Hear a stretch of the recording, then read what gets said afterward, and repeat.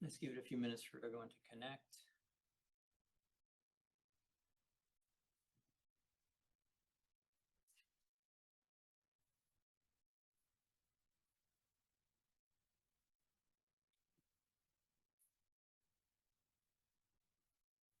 Brian, can you confirm that you can hear me?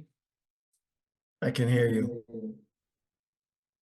Hello, everyone. This is Chuck Tironi, Reading's Conservation Administrator. This meeting will be conducted in person and remotely remote format consisting with Chapter 2 of the Acts of 2023, which further extend certain COVID provisions regarding remote participation in a public meeting until June 30th, 2027.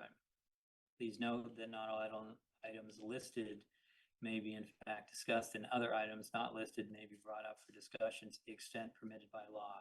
This agenda includes those matters which can be reasonably anticipated to be discussed at tonight's meeting. Note, this meeting will be recorded. All material is available at the Conservation Division page under Projects by Year. Brian Bowe is our chair, but he is turning over his chair responsibilities to Martha Moore tonight, who will facilitate tonight's meeting. Please note that there will be a public comment period at the end of each hearing. Each vote taken during the meeting will be conducted by roll call vote, and we'll begin with a roll call attendance. Martha, can you please review the agenda and take roll call attendance? Okay, I'm calling this meeting to order at 7:04. The agenda includes the recal project 0 east of Haverhill Street off Simon's Way, then 57 Longwood Road, then 553 Haverhill Street is a new hearing. We have old new business, then we have a presentation about tree preservation, then plan change for 7 Heritage Drive, something about 32 Harvard Street. We will hear a report about the enforcement order at 445 Pearl Street. And Chuck will let us know any news about the September DPW meeting and policy for accepting land donations, administrator's report, and then we will be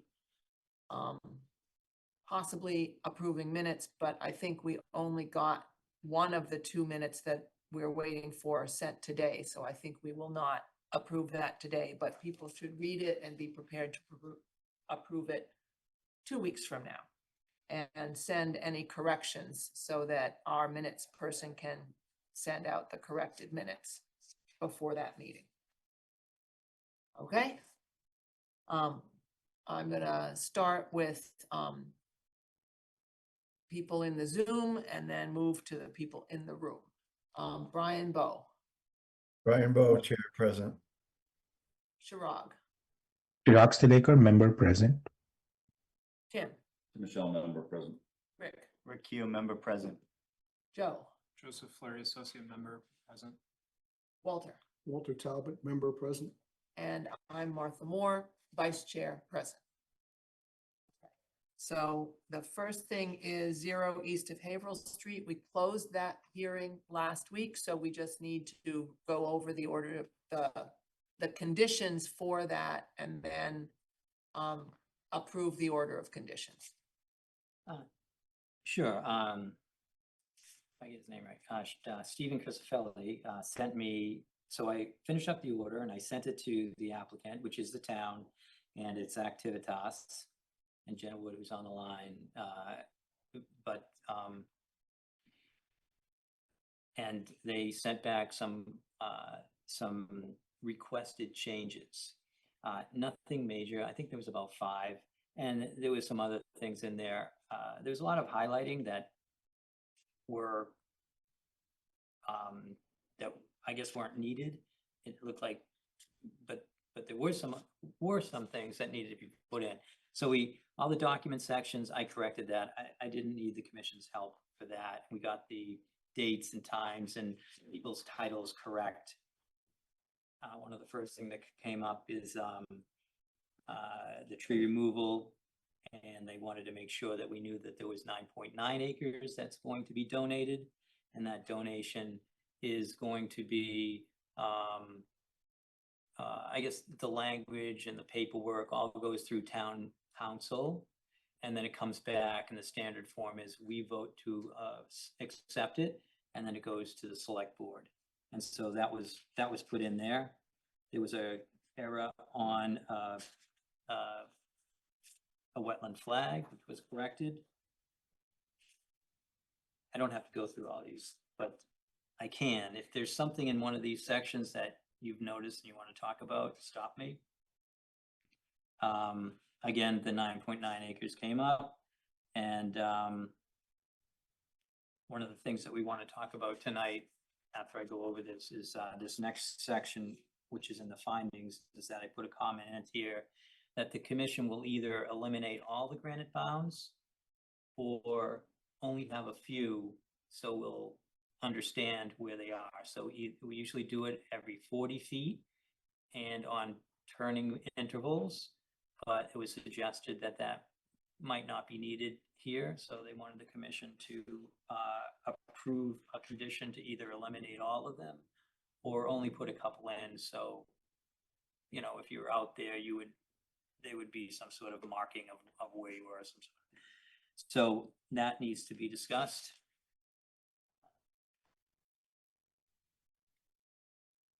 Page 20, the exterior lighting. So the addition to exterior lighting fixtures must be dark sky compliant.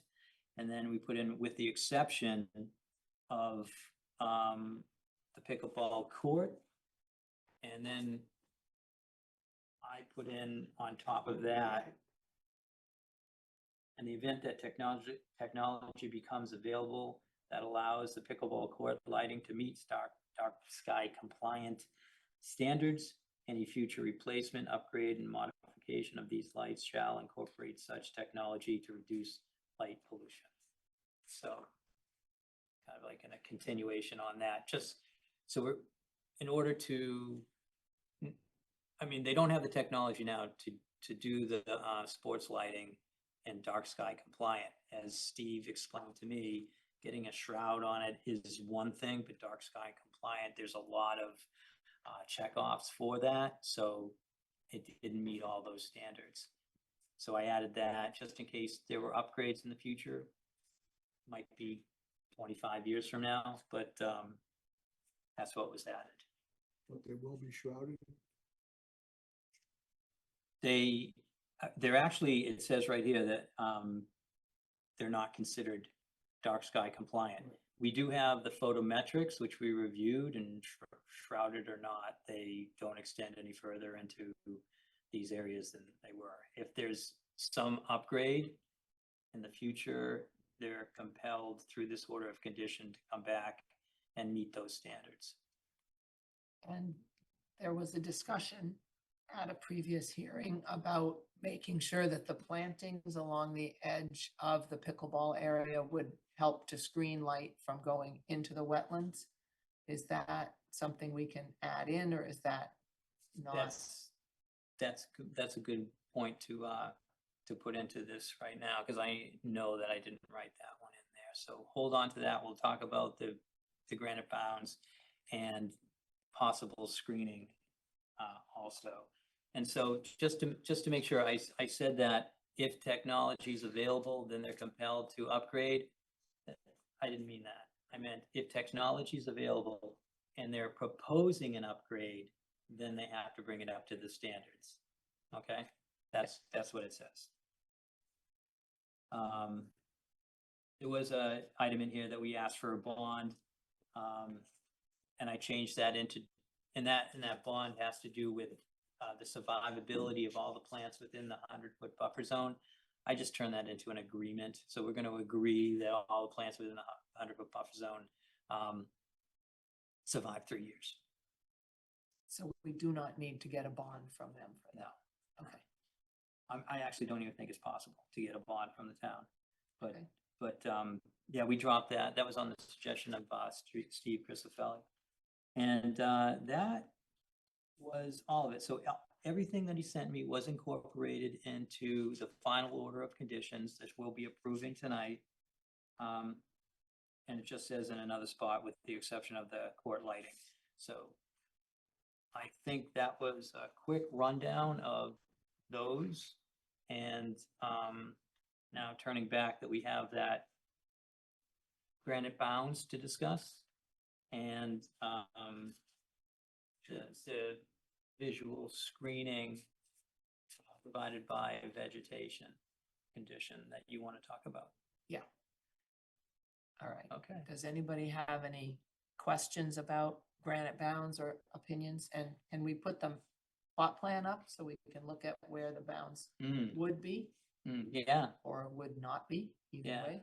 give me a minute, just keep talking, like run. While Chuck pulls that up, so what's our typical standard for the granite bounds? It's 40 feet Yeah, between the two granite bounds. yeah. So all the way along the wetland line, 25 feet from the wetland line, Mhm. they put a granite bound in the ground with a yellow conservation sticker that Chuck provides, so that you can walk along the edge and see where the zone of natural vegetation would be. And the proposal is to have not as many of those granite bounds. Do we typically see that exception, like in other projects for? We did recently make an exception.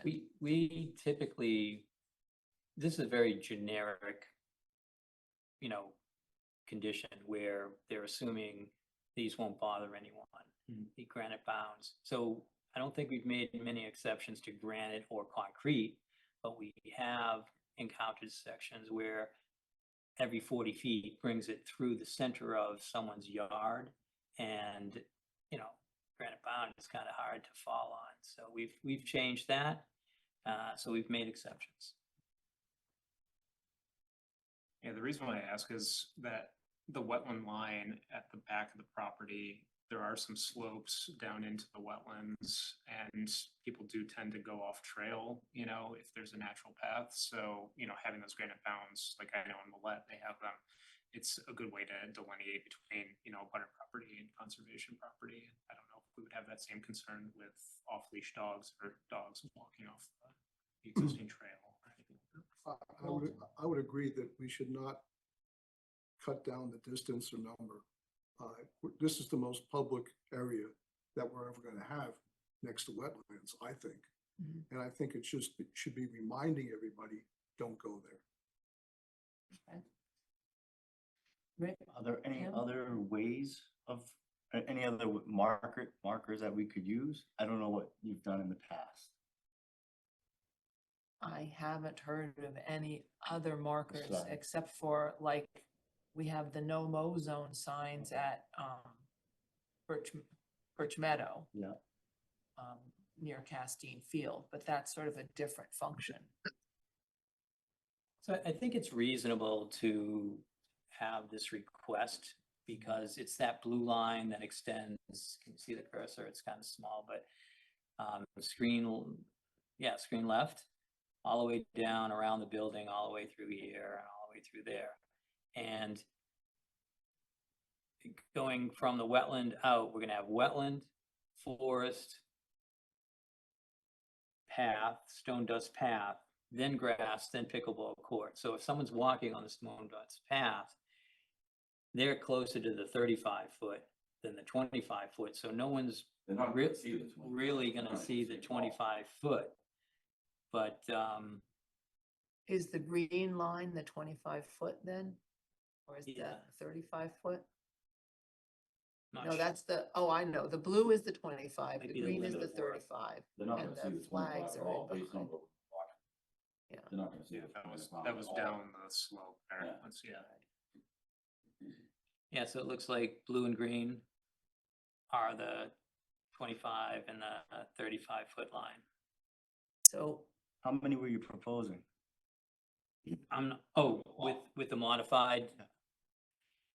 Well, we're having a chance to look at it tonight. I originally thought every 100 feet would be pretty cool, but now that I look at it, I think 100 feet still pretty much a lot. I mean, look at this. So I mean, someone can make a suggestion. I think that, one at each corner. I'll just do it like this. One at each corner might be sufficient here. And then, maybe something down in here because it does change. So that's 3. We're coming down through here with a path. Oh, I'm sorry, I'm in the way. We're coming down through here with a path. So we'll have our own signage there that we can add something to, so I don't think it's needed there. So maybe something over here, here, and then out where we lose it just before it goes off into the rifle club. So was that? I'm thinking 10 based on where they're gonna land. You think 10? Yeah, I just, yeah. based on how you can see them, because we walk it, you can't even get to them. Yeah, right.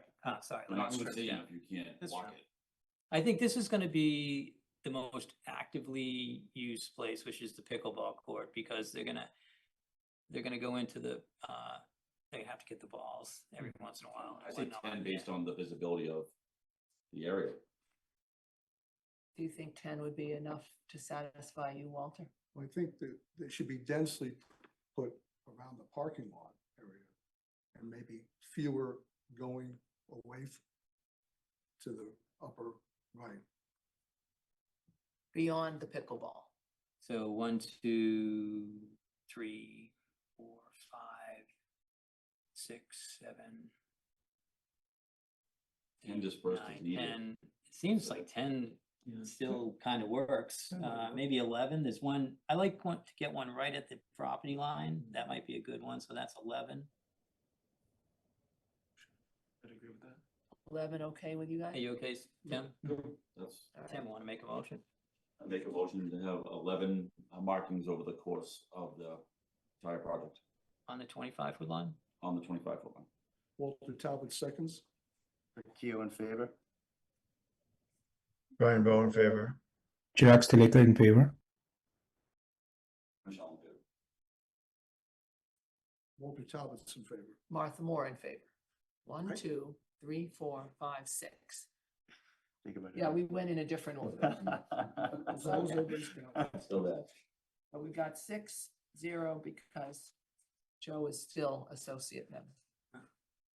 So this next one has to do with the visual screening. And we have to take into account that we don't know what it's gonna look like. And that might be fine. So someone has to come up with a condition that incorporates, some additional planting, if needed, or something to that effect, in the areas, to reduce the lighting. And I don't, So You know, the it's area we're hard to talking guess. about is along the side of the pickleball court in there. And I think they already, my memory of the plans is they already have some plantings there. Mhm. But my thought is if they had plantings that were evergreen versus deciduous, shrub versus tree, something like that, that would give you more visual screening over time so that the light doesn't shine through them into the wetland. So I don't know that I'm asking for more trees, just the, when they're choosing where to put which plants, to put the ones along there that make the best visual screen for the wetland. Anybody Right. else have thoughts? So I can wordsmith it if you just want to cobble something together. So let's say,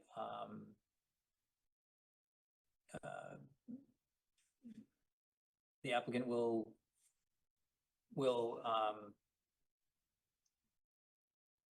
and, I don't know, plant, evergreens in areas where open area creates direct access from lighting or something like that. And it's as needed along the pickleball court, and I can fix that up. Anyone can try to fix it up now, but I can probably fix it up, Monday or Tuesday when I'm putting this thing. I would agree with on an as-needed basis. I just don't want to see it overwhelmed from minor leakage. Yeah, Well, as needed for sure. Yeah, as needed, is a good word to put in there.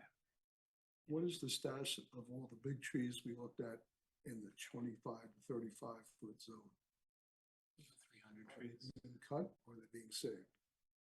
They're being, so the ones we looked at in the 35 foot and out are being cut. And the ones in between the 35 foot and the 25 foot, it was only 26 of them that were gonna be cut, or 27. Those are all gonna be cut. Yeah. And so in the 35 foot and out, it's complete, removal of all vegetation. Between the 35 foot and the wetland, it's just work in the 25 foot zone is only for those dangerous trees. And that will be evaluated by myself and Mike Hannaford. Would we need any screening for the parking lot as well, or? I think the lighting diagram for the parking lot made it go down to 0. It's different? Yeah. Okay. It was just the sports lighting. That In was the terms of problem. the lights shining into the wetlands from the parking lot, so cars themselves, not the actual parking lighting, we need that type of shading. I guess headlights from cars are pretty brief. Right. They're not gonna be sitting there with their beams shining into the wetland for hours. What's the angle though? Like, are they facing into the wetlands, the parking lot, or is it facing towards the building? I'm just trying to remember. Some of the slots on the side closest to the wetland are facing the wetland, Yeah. assuming people go in head first. The only reason why I bring that up is like, as the sun sets, 3:45, 4 PM, if you have folks that are picking up someone from the retail center or from the pickleball courts, occasionally you have lights that are left on, they'd be shining in the wetlands 15, 20 minutes kind of thing. That's the only kind Yeah. of main concern I would That's a good see. point. What do you think, Chuck? Should Um, we add screening there too for the headlight purposes, or is that not enough to affect the wildlife? Be a shrub too, maybe, or. I think they're putting a lot of plants along the side of the parking lot. In a totally different environmental direction, do we have no idling allowed? Excuse me, no what? No idling? I think the town is bound by the 5-minute idling law for vehicles, passenger vehicles. That's what I'm saying, we're gonna enforce that, or at least have signs or something. We have them at the train station now, but Yeah. I don't know where else. They're they not put it. obeyed, that's for sure.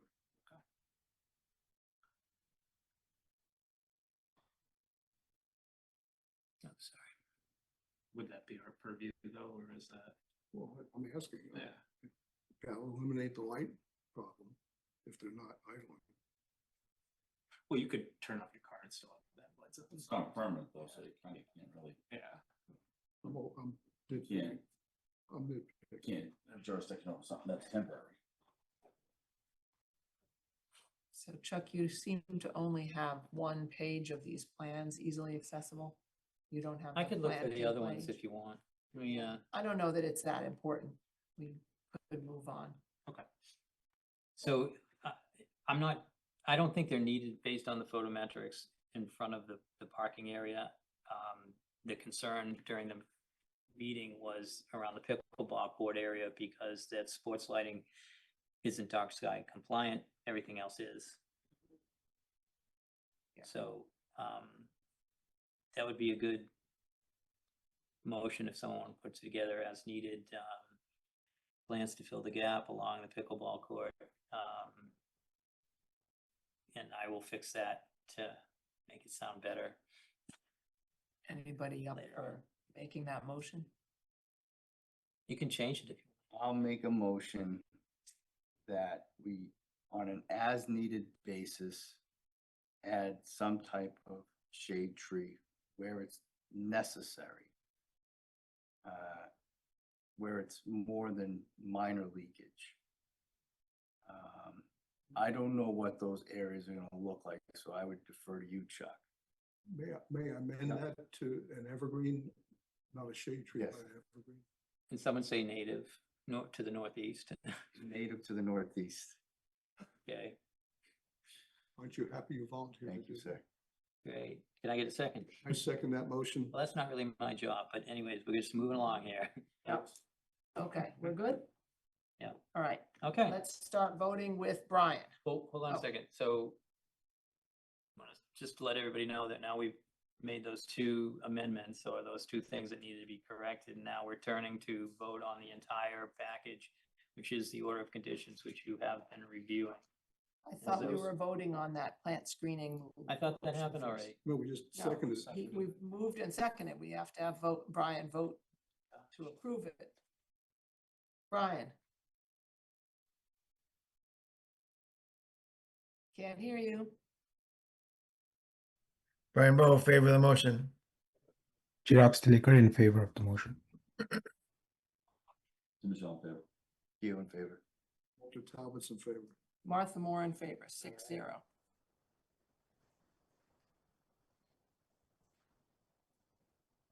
And I had sent you an email with two other questions, which we haven't discussed yet. One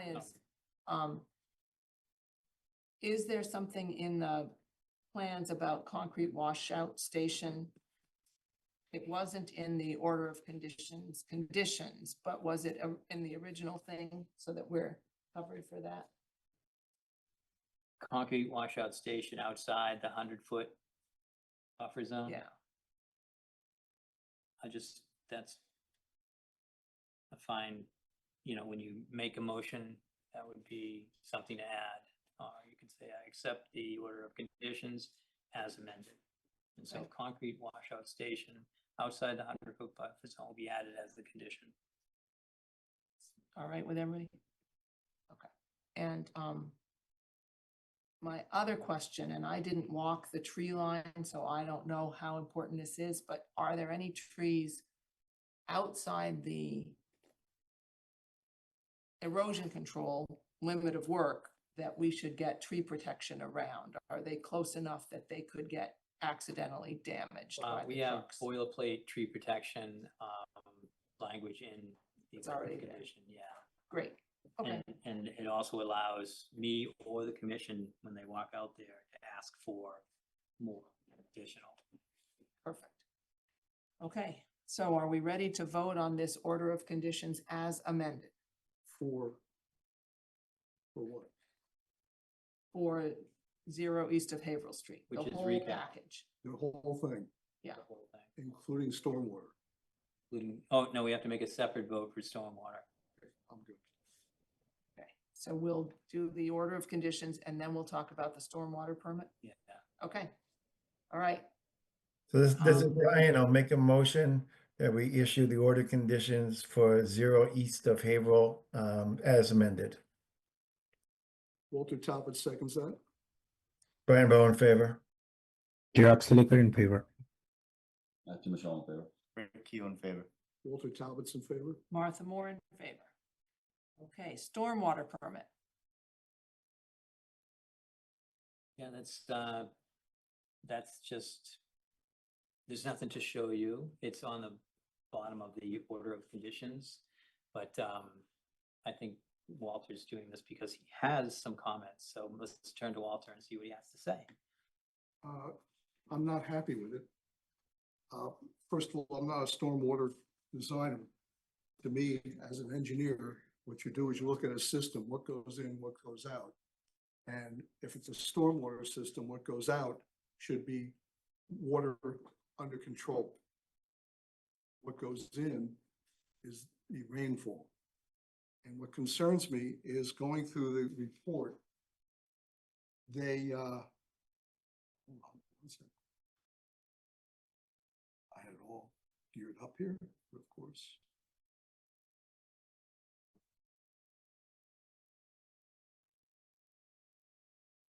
I don't want points. I want my report.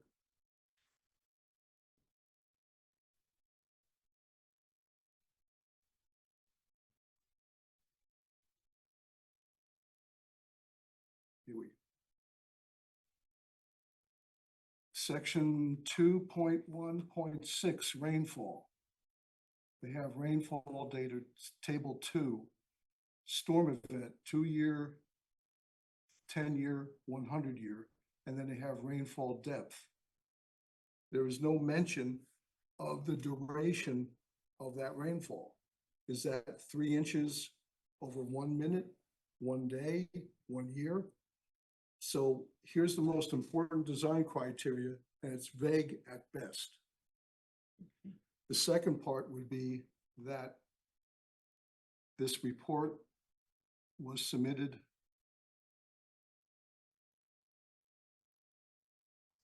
dated July 7th, 2025, then revised August 21st, 2025. According to the town regulations, it's supposed to be according to NOAA Atlas 14, Volume 10, or newest volume. Whether the newest volume came out August 4th. And the numbers take into account the fact that thanks to global warming, et cetera, the numbers are bigger.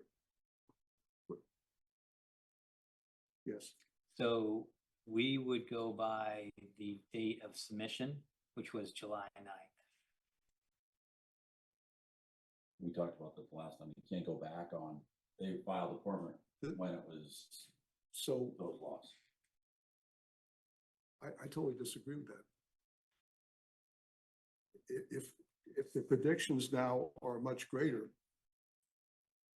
do we want to go with smaller numbers going in?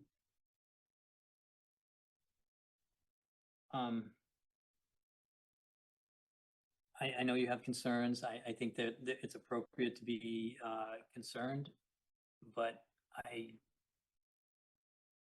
believe that the applicant is within the right stormwater calculations based on the July 9th submittal date. But the data they gave us doesn't mention the duration. And if you look at any stormwater chart, you've got duration and a frequency, and then a number. So we have the number, we have the occasion, but we don't have the duration. So if it fails, and again, I'm speaking like an engineer again, if it fails and they go back to that, and I said, oh, well, it's 3 inches, but that was supposed to be 3 inches within a day. Well, it's not written there anywhere. That's my contention. Do you have a suggestion how to amend the order of conditions to correct this? I think that they should be more specific with the design criteria under 2.1.6. And if they have to redo the calculations, that opens the can of worms. Shouldn't they use the more recent up-to-date standards? I think we've heard that they're not required to use the more recent standards. So Required by, the regulations. Because as Tim said, it's based on the day they submitted in July, not the day they revised in August. so now we have new information that's better information and we can't use it. That's apparently the case. And I then- don't know, but that's what we're being told. And then shouldn't they at least commit to what the rainfall design data is? Do you have any thoughts on that, Chuck? This is on table 4, page 5. I have 2.1.6. It says, as demonstrated in the table, the proposed project decreases the rates in the proposed conditions for the 2, 10, and 10-year, 2, 10, and 100-year storm when compared to the existing conditions, and therefore meets this standard. And then it goes on to say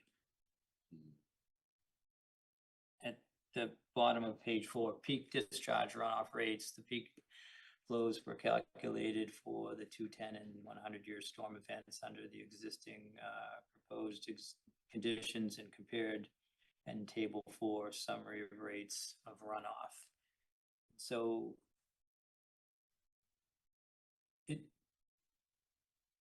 it seems like they're looking at those storms. That's Well, You saw that, right? So that you saw that and you still have these questions. Well, yeah, there's, the chart says the 100-year storm event. But then the depth of that storm is dependent upon the duration of the event. So the So 3 inches, is that total or per hour? That's the question That's your I'm question? asking. I don't know how to display this to you. But here is the You can point. sign into the meeting if you want to.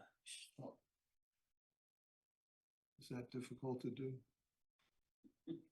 Here, I can send you the webpage. if you want. It says time of concentration 2.1.4, and it gives you that. Gives you that. So, Gives you average velocities of overland flow found in SCS, TFI 55, urban hydraulics. So it gives you a time of concentration. Just doesn't say it, but it's in there.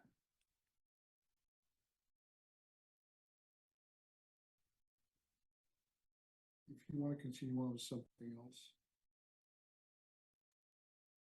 Next, the minimum TC was used 6 minutes as this minimum that HydroCAD default calculate. So it's they have calculations, just doesn't lay it out, but it's there. And page 3, I don't know what it is. 2.1.3. Page 23 on that stormwater.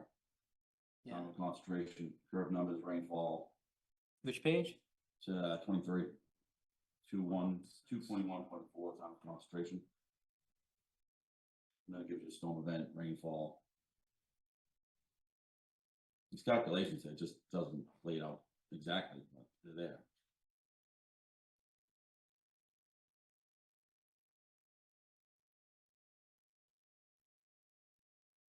So back to page 3, it's 2.1.3 design storm.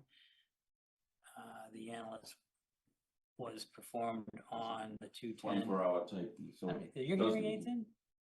Was it? I I was just wondering if you could, I'm trying to go over something and I keep hearing you. I'm sorry. I And just- if you're going on, then let me stop and you No, I'm finish. all set, thank you. Okay. Sorry about that. So on page 3, I have that right. I gotta look again. 3, 2.1.3 design storm. The analysis was performed on the 210 and 100-year frequency rainfall event. The event were based on the 24-hour Instructions. type 3 Sure that's it? duration time.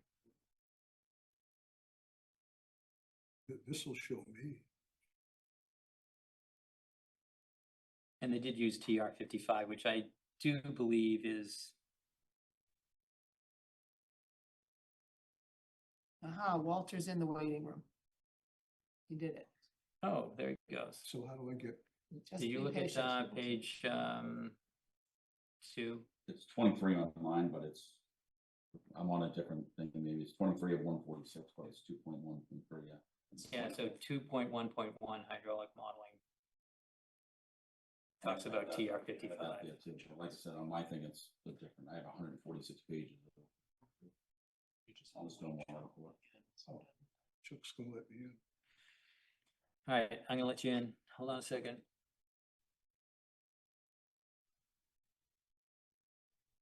Hey, it's Walter. Yeah, Tim, you're referring to the 24-hour type 3 duration storm line. Yeah. Okay, so there I am. Now how do I, I'm giving it right now. Now you just got him, so try it now. And go down to share screen. oh, share?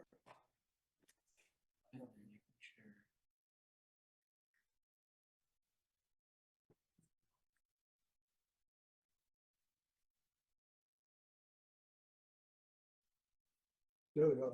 Ta-da. This is exciting, huh?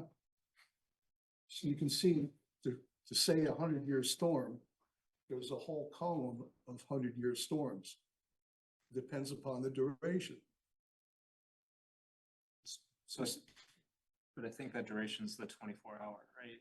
two point one point three. It doesn't say 24 hours. This is it right here. No, 2.1.3 design storms, 24-hour type 3 duration storms. And the analysis was performed on the 210 and 100-year frequency rainfall events. okay, I'm wrong. I It was just apologize. in a different section, so. I yeah. apologize. One other question. What about NOAA? NOAA plus plus, Well, NOAA is updating all their records this next year. but they made the cutoff based on the January 9th submission date. Yeah, in that case. Okay. All right, so are you making a motion or are you okay? I'm gonna resign from the commission. Just Please wasted- don't. I just wasted your time, sorry. I No, apologize. It's a good I missed question. that paragraph. I think it's, My mistake. That doesn't warrant resigning from the commission, but as long as you're not making a motion tonight, No, okay. All right, so we don't need to get any feedback from the general public because that was last week, right? no, the meeting's closed, but I knew that we were gonna have this conversation tonight, so I prepared another condition. Ah, okay, So, and I think it works, but feel free to wordsmith it. The applicant shall comply with the requirements of the Reading Stormwater Regulations, section 7.9.3.3, and the performance standards outlined in section 5.4. So whatever they say, based on the application date, they have to comply with. And I feel like that's what that condition says. 7.9.3.3. 7.9.3.3. I sent you a link.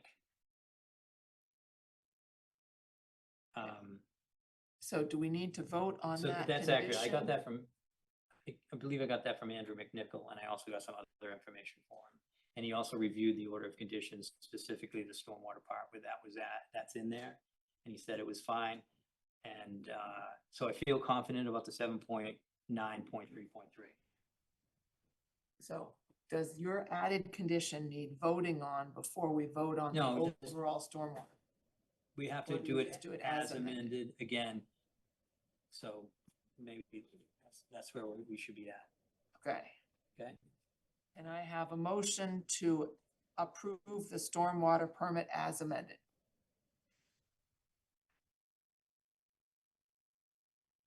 This is Brian. I'll make a motion to approve the stormwater permit as amended. Walter Talbot seconds it. Brian Bowe in favor. Chirag Stilicker in favor. Action Michelle in favor. Rick Keough in favor. Walter Talbot's in favor. Martha Moore in favor. All right, are we done with 0 east of Haverhill Street? I think you have to take a separate vote on this, the stormwater permit. We just did. Oh, We just approved I the gotta catch stormwater up. permit as amended. who's in charge of this meeting? Okay, having approved the stormwater permit, I don't even know. that's what's it, going we on can here. move on. Joe, can you help me and Walter at the same time? Sure, yeah. Your hearing aids in? Okay, 57 Longwood Brian's not Road. here and I'm falling apart. Continue the public hearing on a notice of intent filed by Patrick Troger pursuant to Massachusetts General Law, Chapter 131, Section 40 of the Wetlands Protection Act and/or the Reading Wetland Protection Bylaw, Section 7.1. The applicant is proposing construction of a garage addition to the single-family house. All work is within the 200-foot riverfront area. The application and plans can be viewed during regular business hours at the Town Hall Conservation Office, 16 Lowell Street, Reading, Mass. 01867, and on the Conservation Division page under the Project 5-Year Assessors Map 19, Lot 20, DEP file number 270-0789. Is that you? That's- Would That's you you. like to? And Come- Libby is on the oh. screen? Okay, and the podium is in a very awkward place. Sure. Libby's the consultant. She'd probably be able to speak to the changes. Okay. All right. Libby, would you like to talk to us about 57 Longwood Road? Yes, if I may, I'd like to share my screen. And Sure, Olivia, can you just introduce yourself for the record? for the record, I am Elizabeth Wallace, wetland scientist at Hayes Engineering. And I will share my screen if that's okay. Yes.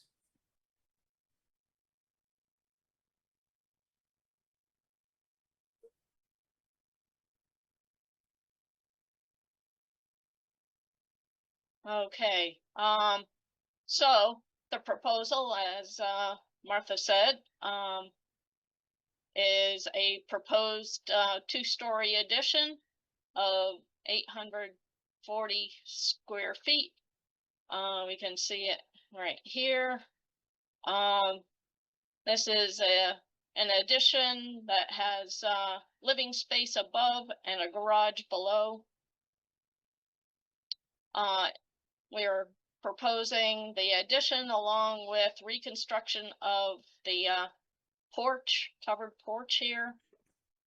We are proposing walkways. One is on the left and one is on the right. That gives access to the driveway. We are expanding the existing driveway. There's an existing driveway which will be expanding to the left and inserting some stormwater stone to capture that extra runoff. We're also proposing a couple of dry wells and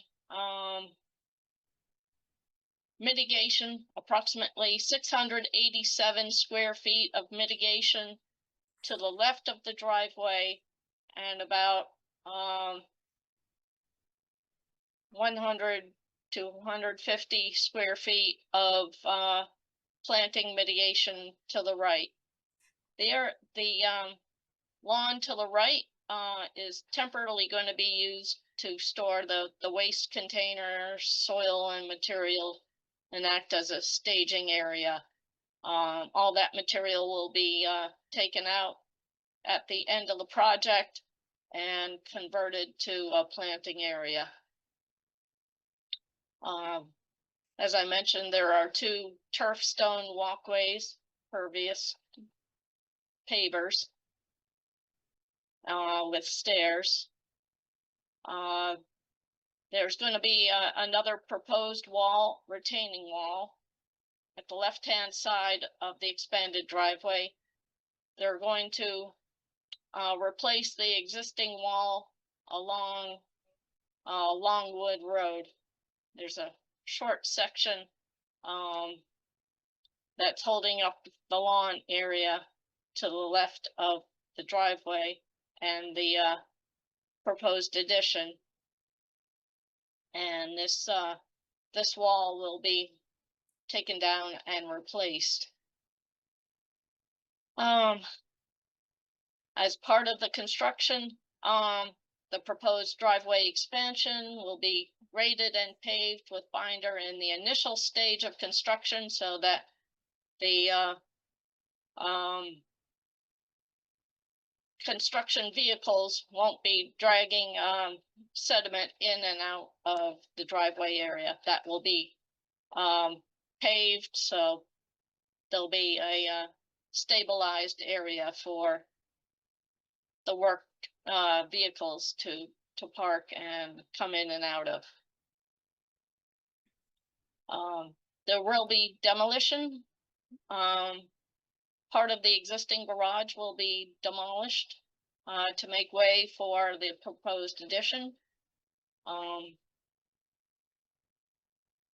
And through the hearings, we have submitted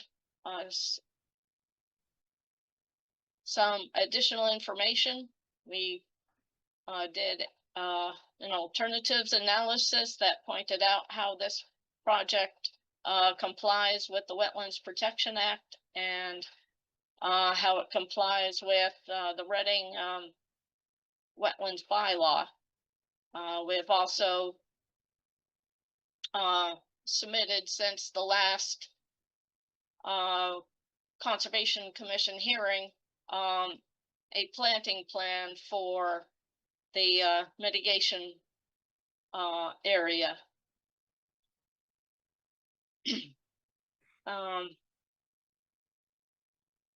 We also proposed, since there's not that much availability of planting and mitigation area, that the applicant would contribute to the town's tree fund or plant a tree fund. That's a $300 application, and that will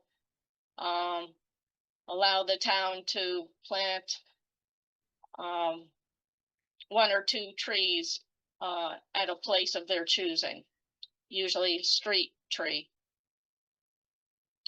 So that's a general summary of the project. I would like to switch to the planting plan to Libby, before you go on, I just want to make sure that we're talking about the right fund. So the Conservation Commission has a fund, we call it the Conservation Commission Fund. And that's what I'm hoping that you're talking about, because that allows us to plant trees around conservation areas. But you mentioned the tree fund, which is more synonymous with the DPW, Forestry Department, and street trees is definitely a forestry thing. So for the Conservation Commission, I believe you're speaking about the Conservation Commission Fund. Okay? I only saw one fund, whichever the one is that has a $300 donation associated with it. I did not know the commission had its own fund, but yes, the owner and applicant is willing to do that as part of the mitigation. Sure. And the owner is here and nodding. Okay. Yes. Yes, Yeah. correct. Yeah, I mean, I don't know why the other one was out, but yeah, no, we appreciate that. I just wanted to on the make that tree correction, so it's application? true. What's that? Was that on the tree application online, that she saw that? I don't know. Cause that's what I made a donation to. So that was 250 then, right?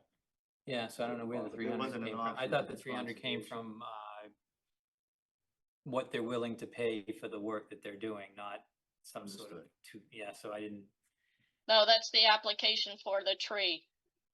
We are proposing that we not do the work ourselves, but have the fund, whichever one it is, do the planting, and that $300 would be a donation to fund the planting of the trees. well, the amount is fine, but I just want to make sure that we're all clear. This is, you know, the Conservation Commission, so the funds, we have a fund. I think you did look at the wrong application, but given that this is in the riverfront area and it's part of the mitigation for this project, that I think that the correct fund to put it into would be the Conservation Commission Fund. And like I said, that does allow us to plant trees anywhere on conservation land in town. Or, you know, conservation land or wetland, or whatever the Conservation Commission approves. So I think it serves the same purpose. Yes, That's good. Let's move there an on. application for that? Yeah. Okay. If you could send that over to the applicant, that would be great. Okay. So, And you had a picture of your planting plan for the actual property? yes, if I may switch plans here.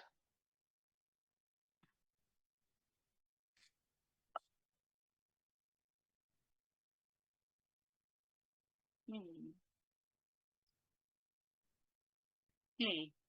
It looked like it might have been a tab in the same window that you had the other plan in. Right, yep.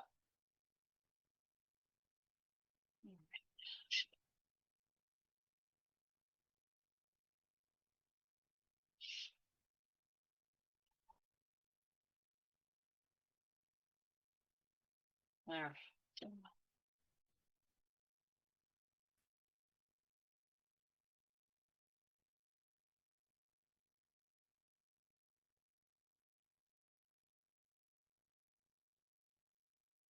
She's looking at, does this need a variance? See on an old slide, there was needs a variance.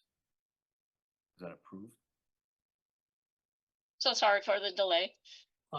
Here it is. I don't know why they would need a variance. Okay. It's on an, Because they're in the 200, they're in the outer 200 foot. okay, We do variances for 35 foot and closer. okay.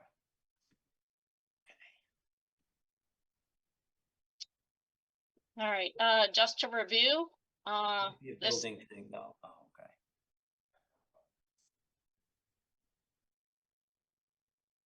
all set? Yep, this is the planting plan for the left side of the driveway. Yes. We have not done one for the other, area. It was just recently, proposed. So, for this one, the thick line here is the edge of the addition, the reconstructed porch, the walkway. We were proposing 36 foam flower, 3 spice bushes, a Cornus Florida shrub, 6 red twig dogwoods, ground cover of purple love grass, lobelia, and gay feather, which is latris. And there will be a very narrow pea stone walkway going through here that continues on from the turf stone walkway that's coming down to the walkway here. And there was another one with the Latin names, so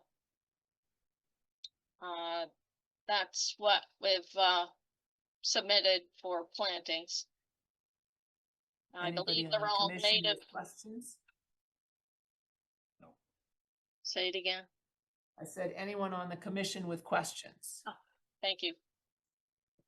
about Chuck or Sharad? Do they have questions? Not Chuck, Brian. Brian or Sharad? Brian has raised his hand. Yeah, I tried to follow the protocol for a change. I would just like to say that as a condition, we would want to see whatever the planting plan ends up being for the right-hand side. I understand you saying that it was a more recent agreement, but I'd want to see that submitted to Chuck and then Chuck to be okay with it as a final condition, if you will.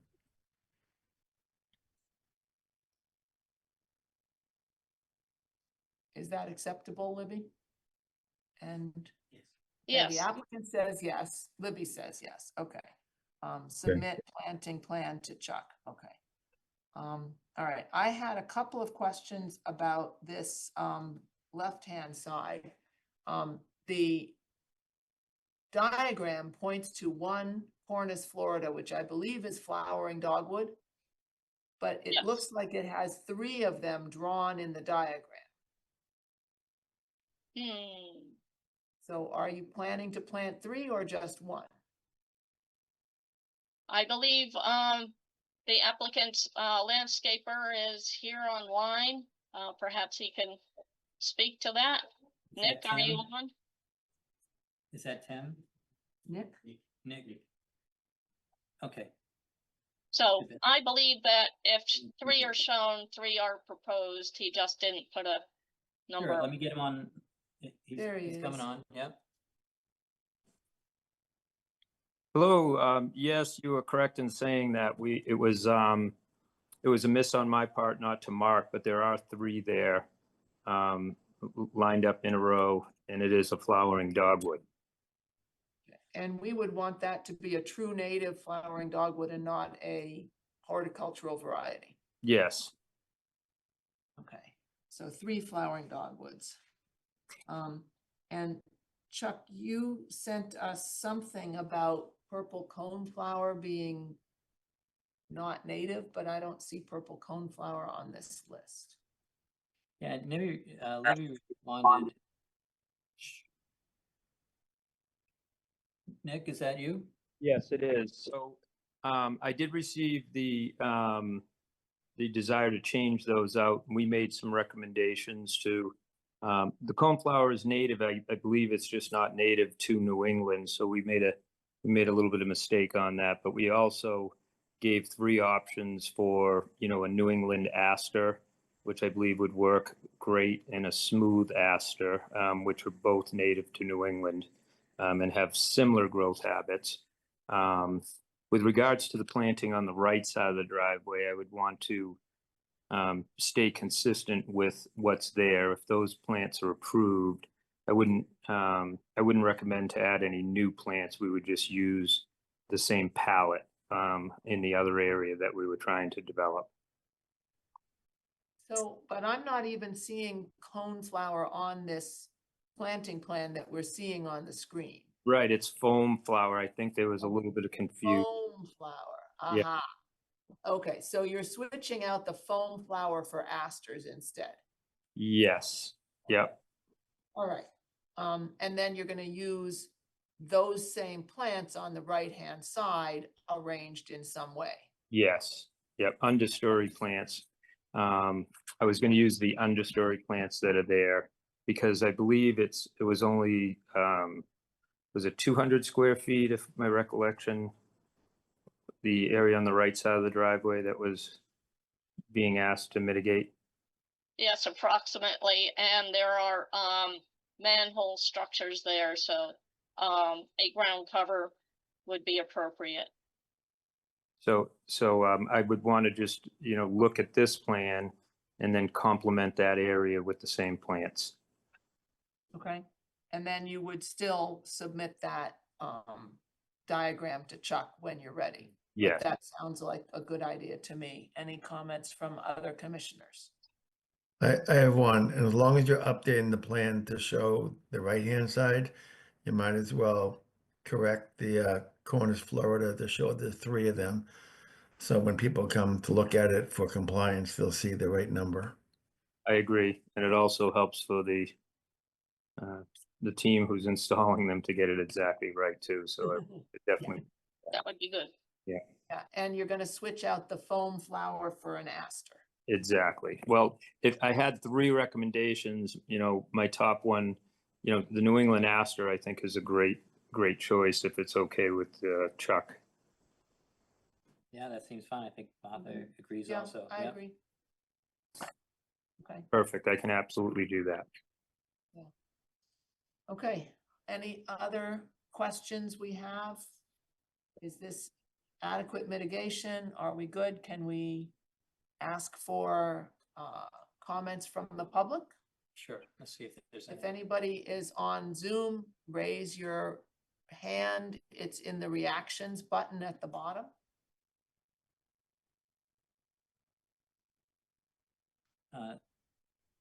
So far, seeing none. I don't see any. None? Anybody in the room with comments? Okay, can I get a motion to approve 57 Longwood Road with the, Wait a minute. somebody's commenting. Yeah. Looks great. Oh, is that just a comment? That was a comment that said, looks great. All right, great. Okay, so we want to close the hearing. Yeah. Deal with conditions and then vote. Yeah. Order of conditions, right? Yeah, This is- Libby, can you stop screen sharing? Oh, yes, sorry. This is Thank- Brian to make a motion to close 57 Longwood Road. Walter Talbot seconds that. Brian Bowe in favor. Gerard Slaker in favor. Michelle in favor. Rick Keo in favor. Walter Talbot in favor. Martha Moore in favor. Okay, conditions. One condition is the submittal of a plan for the right-hand side that Chuck agrees with. And it's a long time ago that we started looking at this project.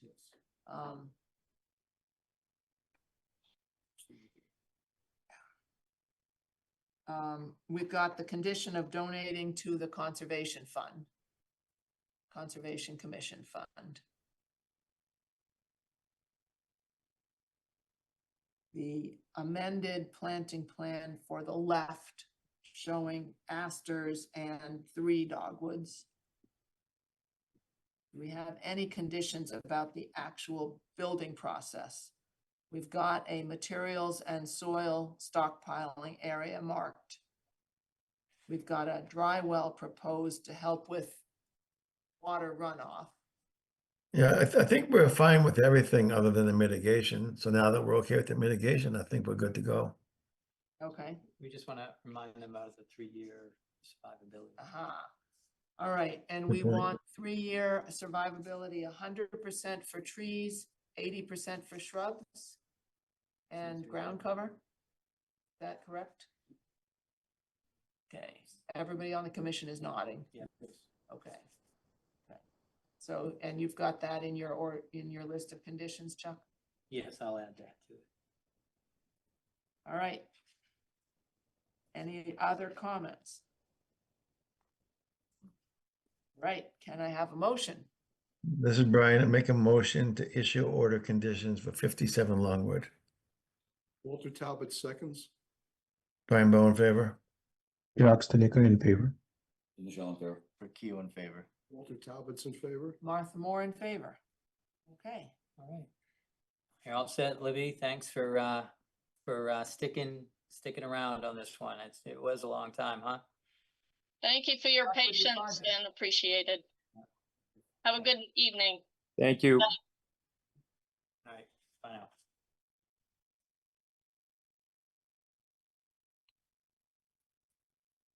okay. 553 Haverhill Street. Open the public hearing on a request for determination of applicability filed by Tim and Jean Procopio pursuant to Massachusetts General Law, Chapter 131, Section 40 of the Wetlands Protection Act and/or the Reading Wetland Protection Bylaw, Section 7.1.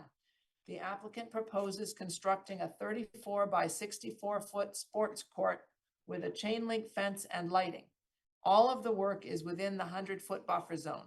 No activity is proposed within the 25-foot no disturb zone.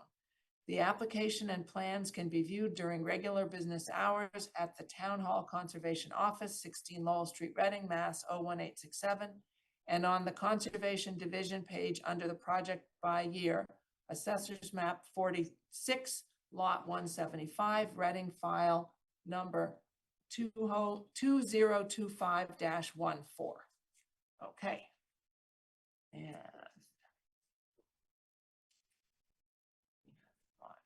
okay, do you guys want to talk about your project? It's just you, you don't have an engineer or anybody with you, right? Okay, so one of you or both of you could come up to the podium where you can be heard and seen for the camera. They didn't wear a tie tonight. Sorry, neither did I.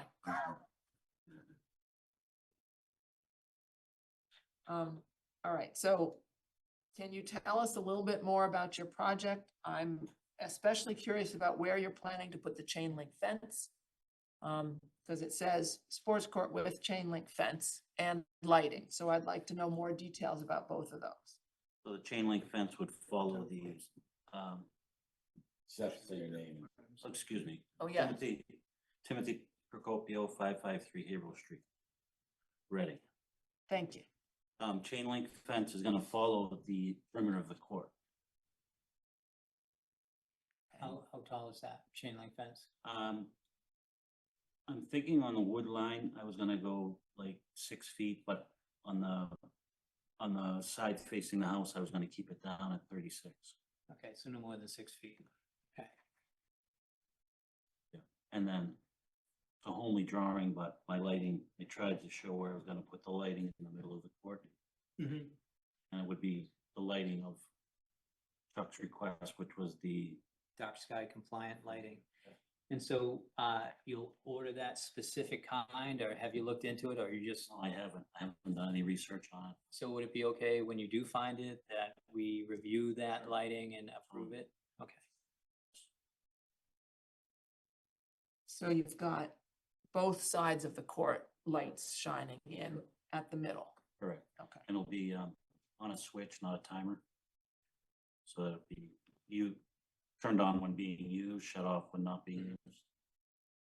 If the kids want to play at night. So I think it's important to say that this is a sports court.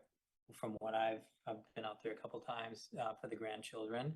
And of course, the grandchildren don't live at the house. So it's not a full-time, it's not gonna be on every night like what we just approved at the pickleball court when that gets going. This is when they're visiting, but I don't know the amount of time, but it's certainly a lot less than a active, town feature. So just wanted to keep that in mind. So on and off switch, not on a timer, so not on 360, days a year. We did a site visit Monday. Anybody who was on the site visit want to talk about your impressions on the I'll- site? I'll talk about it because I went to both site visits because Chuck and I revisited it today. And if anybody else wants to fill in afterwards, that's fine. So when we got there, we saw the stakes for the corners of the court. We went out towards the wetland on the right-hand side of the court, farthest away from the house. We found some ferns, that were obligate ferns, which made us think about where the wetland line actually was. I'll get back to that in a minute. Other things we saw a couple piles of slate stone. We saw a pile of bricks. We saw a lot of leaf litter, basically in the same area where the slate stone pile away from the house is. So the reason I said we get back to the location of the wetland is because based on the sighting of the fern, we were thinking that it was about 20 feet, a little more than 20 feet away from the proposed edge of the court. When Chuck and I went back today with his auger, we did quite a few soil samples. And in fact, we were too close. It's about another 20 feet back. So 44 feet is what we measured in a number of places today. So that is in line with what the homeowner, the applicant, put on his sketch. In today's visit, Chuck and I also noticed that there is a wire girdling a tree near the opening where the slate stone pile is. The homeowner told us that was left over from a dog run. So we talked to him about the impact of that. And my understanding is that they're going to remove it. The applicant can speak to that himself. Let's see, also, we talked about the fact that it looked like there was some, I'm going to call it vehicle traffic without overdoing it out there. The homeowner said that he did sometimes take his grandkids out there on a tractor. Don't think a big farm tractor. This is not Green Acres. But the point there is that the vehicles should not go out into the wetland. If he wants to ride them around the rest of the yard, obviously that's fine. That's all I have to say. Anybody have anything to add? Brian, there was a little bit of chain link fence as well in one of the piles. I think that was closer to the stone drive as we were going around the perimeter of the property. Good point. And a brick as well that was kind of up towards the rock property line wetland on the left side or at the top of this diagram. And a wooden pallet And next it to was the a wooden bricks. pallet next to those bricks too. Yeah. But it was there was a lot of moss on top of it, so it seemed like it was sitting for a while. Yeah, then near the access road there was some railroad ties, another one. Yes. Yep, landscape timbers. Landscape timbers, paving stones, bricks with a pallet. Okay. Yeah, and some slate over on the other corner. Yeah. So sort of both corners of this area have some issues of materials left. So the slate is a temporary depositing spot. The slate was, this is where you can tell it. He told us the story today. Got it from a job, uses it occasionally. It's not there permanently. It's not a dumping ground. It's just a storage area. So he's bringing things out. He's put some in a stone wall and other stone walls around when he needs it. You know, What about the landscaping timbers and the bricks? well, I'll let Tim talk about So those. the bricks, I'm more than happy to move. I move everything, it doesn't matter to me, but the bricks was a walkway my dad put down many years ago, and I just put them there, didn't know I was violating anything. And same with they're not railroad ties, but they're timbers out of an old house. I did some demo work in Beverly, and I was gonna use them to make a mantle over fireplaces for people, but I haven't got to it yet, so I'm more than happy to move those as well. Yeah. All right, but if they're timbers from an old house, then they haven't got creosote in them, so Oh, they're they not don't. a Correct. hazardous waste. No, they're not. Yeah, Okay, that makes me feel a little better. still more than happy to move them. Okay, and, I had a couple of other questions. The lighting, we're planning that it will be dark sky compliant lighting, right? Okay, and then are you planning to do any, grading to make this sports court level? Yes. Okay, and can you describe what your plans are for the Just grading? there's like actually read about where it says, the width of the court, there's a mound there, I was just gonna feather it out. Feather it out and then put, the material down underneath to be able to apply the other material on top of it for the finished top of a sports court.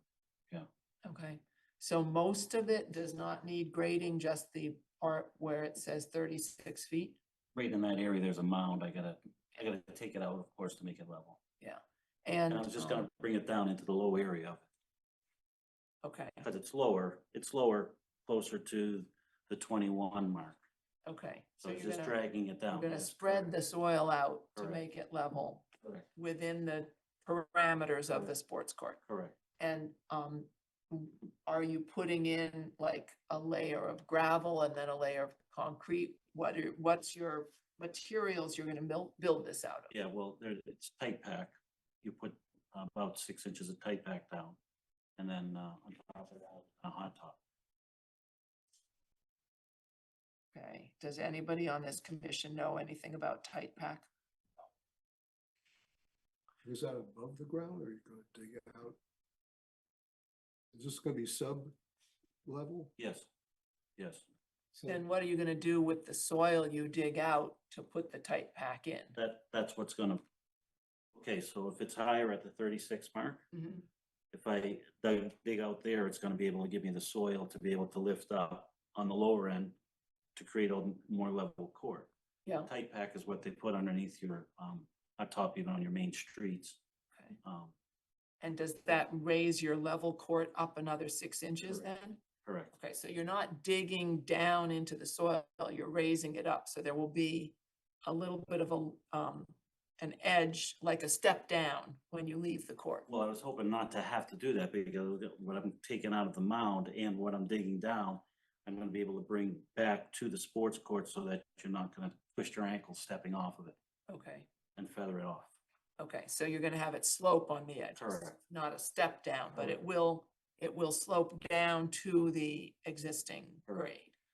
Got it, okay, And then I was gonna go around the perimeter of it with like a river rock so that the water that's being dissipated would be able to flow off evenly, as opposed to it just running off in one direct area, creating a mudslide. okay, so when you say river rock, sometimes when people have a porch or something they're adding, they put in a drip trench around the edge, is that That's sort what of I what mean, you're yes, thinking about? yes, yeah, Okay, so the water disperse more evenly. okay, But that's not shown on the plan, right? No, I would just, no, it's not. So could you give us so you're 40 feet away, we like to keep It'd be structures. about 12 inches off of, Oh, that's fine. Because About a that's foot. where I'm gonna put the fence, Okay. right, and then I won't have. Go around it Absolutely with a- fine. Yeah, I was hoping it wasn't 6 feet or something like No, that. no, no, just Okay. like a. 1 foot. Okay. Um, when people are building houses, we're very concerned about stormwater runoff and how you're going to, slow down the stormwater runoff. You heard our whole discussion Yeah. about the recal project.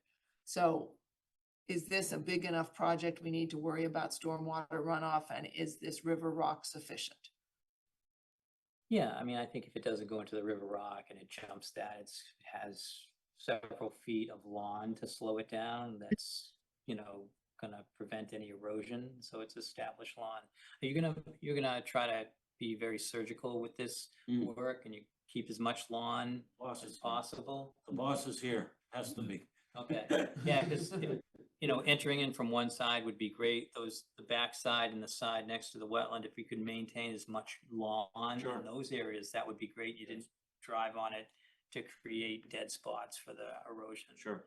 That would be great. If you And get I'll add to that, wherever you do have exposed soil, you need to do some stabilization of that soil as soon as you can, grass seed, whatever you're gonna put down, just to minimize the erosion.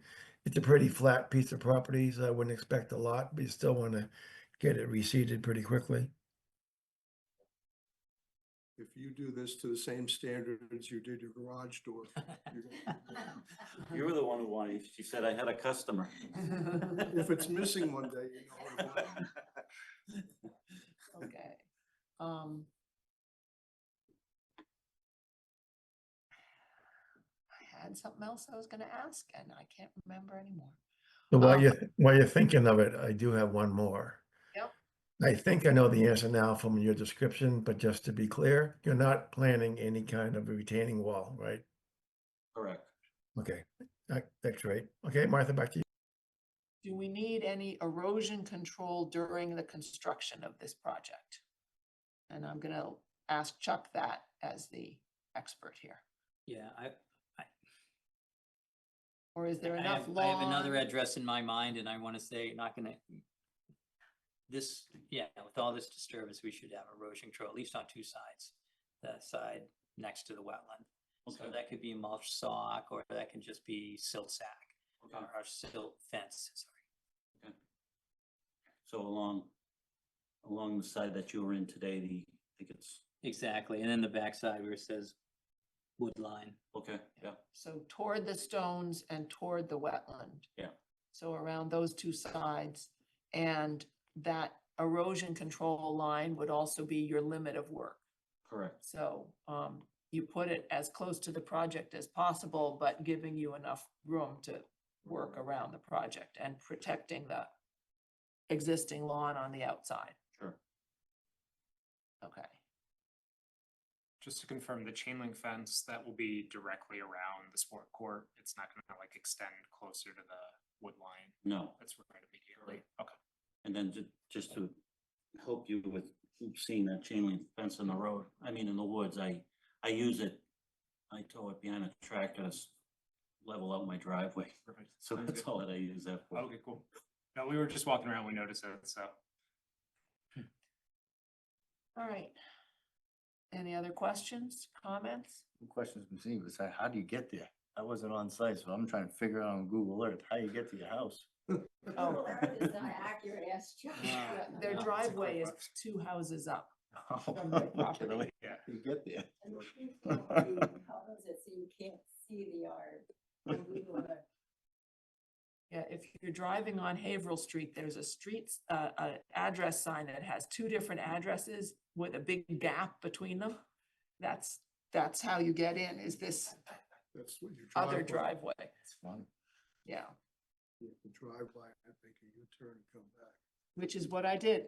I was like, that can't be 553. I'm only at 565. And then I turned around in 541 and came back again. Okay. Drivers have the same problem. I bet. Yeah. Okay, is there there's nobody in the room. Is there anyone on Zoom who has questions or comments from the public? Use the reaction button and the raise hand function. I don't think there's any, I know everyone online for other. Okay. All right. Do we need, so I think we can close and then we'll list our conditions. Yeah. Okay, can I have a motion to close? I'll This make a is motion to close. It's, Okay, Rick has moved to close. Walter Talbot seconds. Brian Bowe in favor? Chuck Stalika in favor. Michelle in favor. Rick Hugh in favor. Walter Talbot's in favor. Martha Moore in favor. Okay. Conditions. Conditions, there are a lot of removals. So removal of the bricks and the pallet associated with the bricks.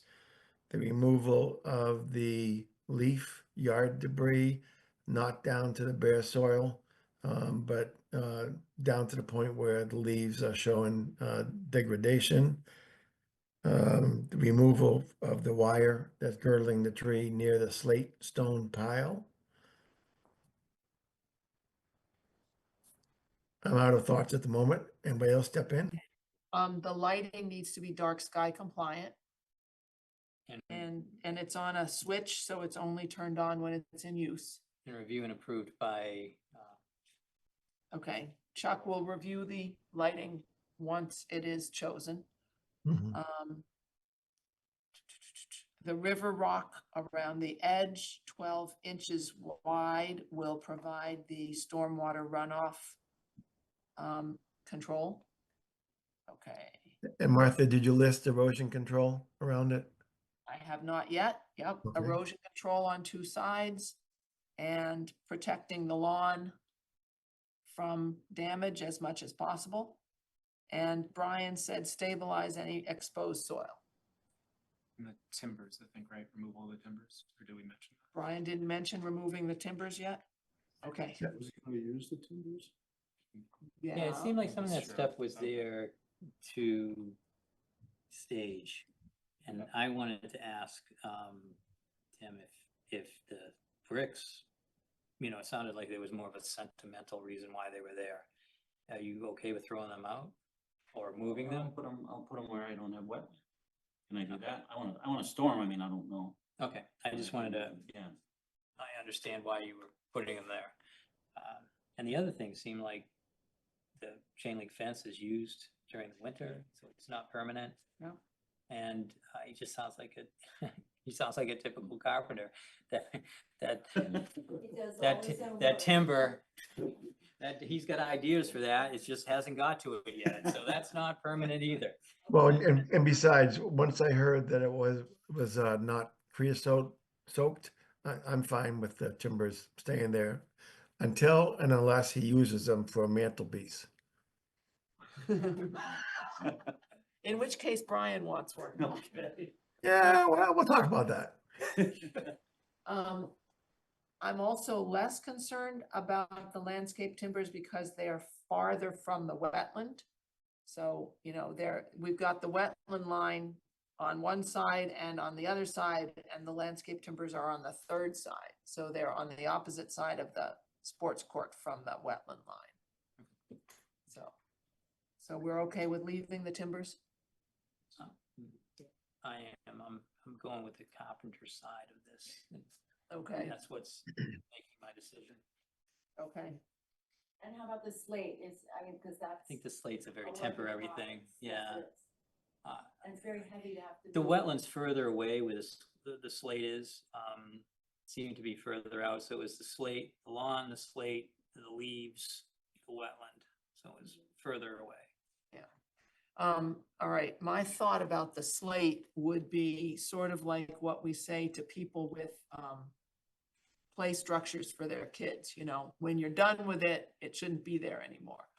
So that when the kids grow up, the play structure needs to be taken down if it's like in the wetland buffer zone. So when So- you're done with the project that the slate is for, there shouldn't be slate left behind at the end of the project. Does that seem fair? Yeah. Okay, Do I so you're have not time moving it until I do the twice. project? No, I think a better way to say it would be, once that slate's gone and you find some other Sure, patio stone that you like, don't put it there. don't put it there. Got it. Okay, any other conditions we need to vote on? Okay, so this was a request for determination, so a negative determination would allow you to do the project. So this is Brian. I'll make a motion to issue a negative determination for 553 Haverhill. Walter Talbot seconds that. Brian Bowe in favor. Chirag Slipper in favor. Michelle in favor. Rick Keough in favor. Walter Talbot's in favor. Martha Moore in favor. Okay, thank you very much. Thank you for your time. Right, and you'll be in touch with Chuck I will on the before lighting. you get started. On the Yeah, lighting. on the lighting, yeah. Okay. Do you need to do a site visit after I do the? When you put the erosion control in, you'll have to give me a call. You should check with the building department. It seems like you might get a permit for the lighting, Oh, okay. right? So then I'll know about, when you're ready to start, Okay. but you'll be notifying me about the lighting anyways. I think you should check anyways, because they're gonna tell you they don't do anything with sports courts, but We already checked. then you're good. Okay, Spoke to the light. okay. And is the lighting gonna be strung on a electric wire from your house out to the sports court? No, underground. Underground, yeah. So you're gonna have to be digging a slot to put the wire in, Yeah, trench. and then you're gonna cover that back Correct. up with this sod The that you trench took up. digger is about really, the hole's that wide by. Yeah. Take it to be down 18 Okay. inches or so. Okay, Put it back on. And I doubt we'll be using the lights much, to be honest with you. Maybe if we, are out one winter evening or whatever, and they want to ride their bikes or something, because you don't have the grandkids at night a lot, mhm, but he wants it there just in case. understood. Yeah, I'm Yeah, just thinking animals. about the disturbance of the soil to bring the wires in. I forgot about that. I'm when we sorry, were I meant asking like with the questions. lights staying Yeah. on. They won't be. on. Yeah, we know My that. grandparents like you. Me too. Okay, Thank you so much. Thank you for your time. Thank you. thank Have you. a nice night. All right. Old new business says violation notices. Do we have anything new on any of those? No, do you wanna go to the tree? Right, I think that's our very next thing. So I'm just checking if you had any violation things, and I assume no. So then we can, Yeah, so Mike, the 455. Yeah, that's later in the Yeah, so we project. have Yeah. that. yeah, so that's number 9, but number 5 is tree preservation. So we're ready for your presentation.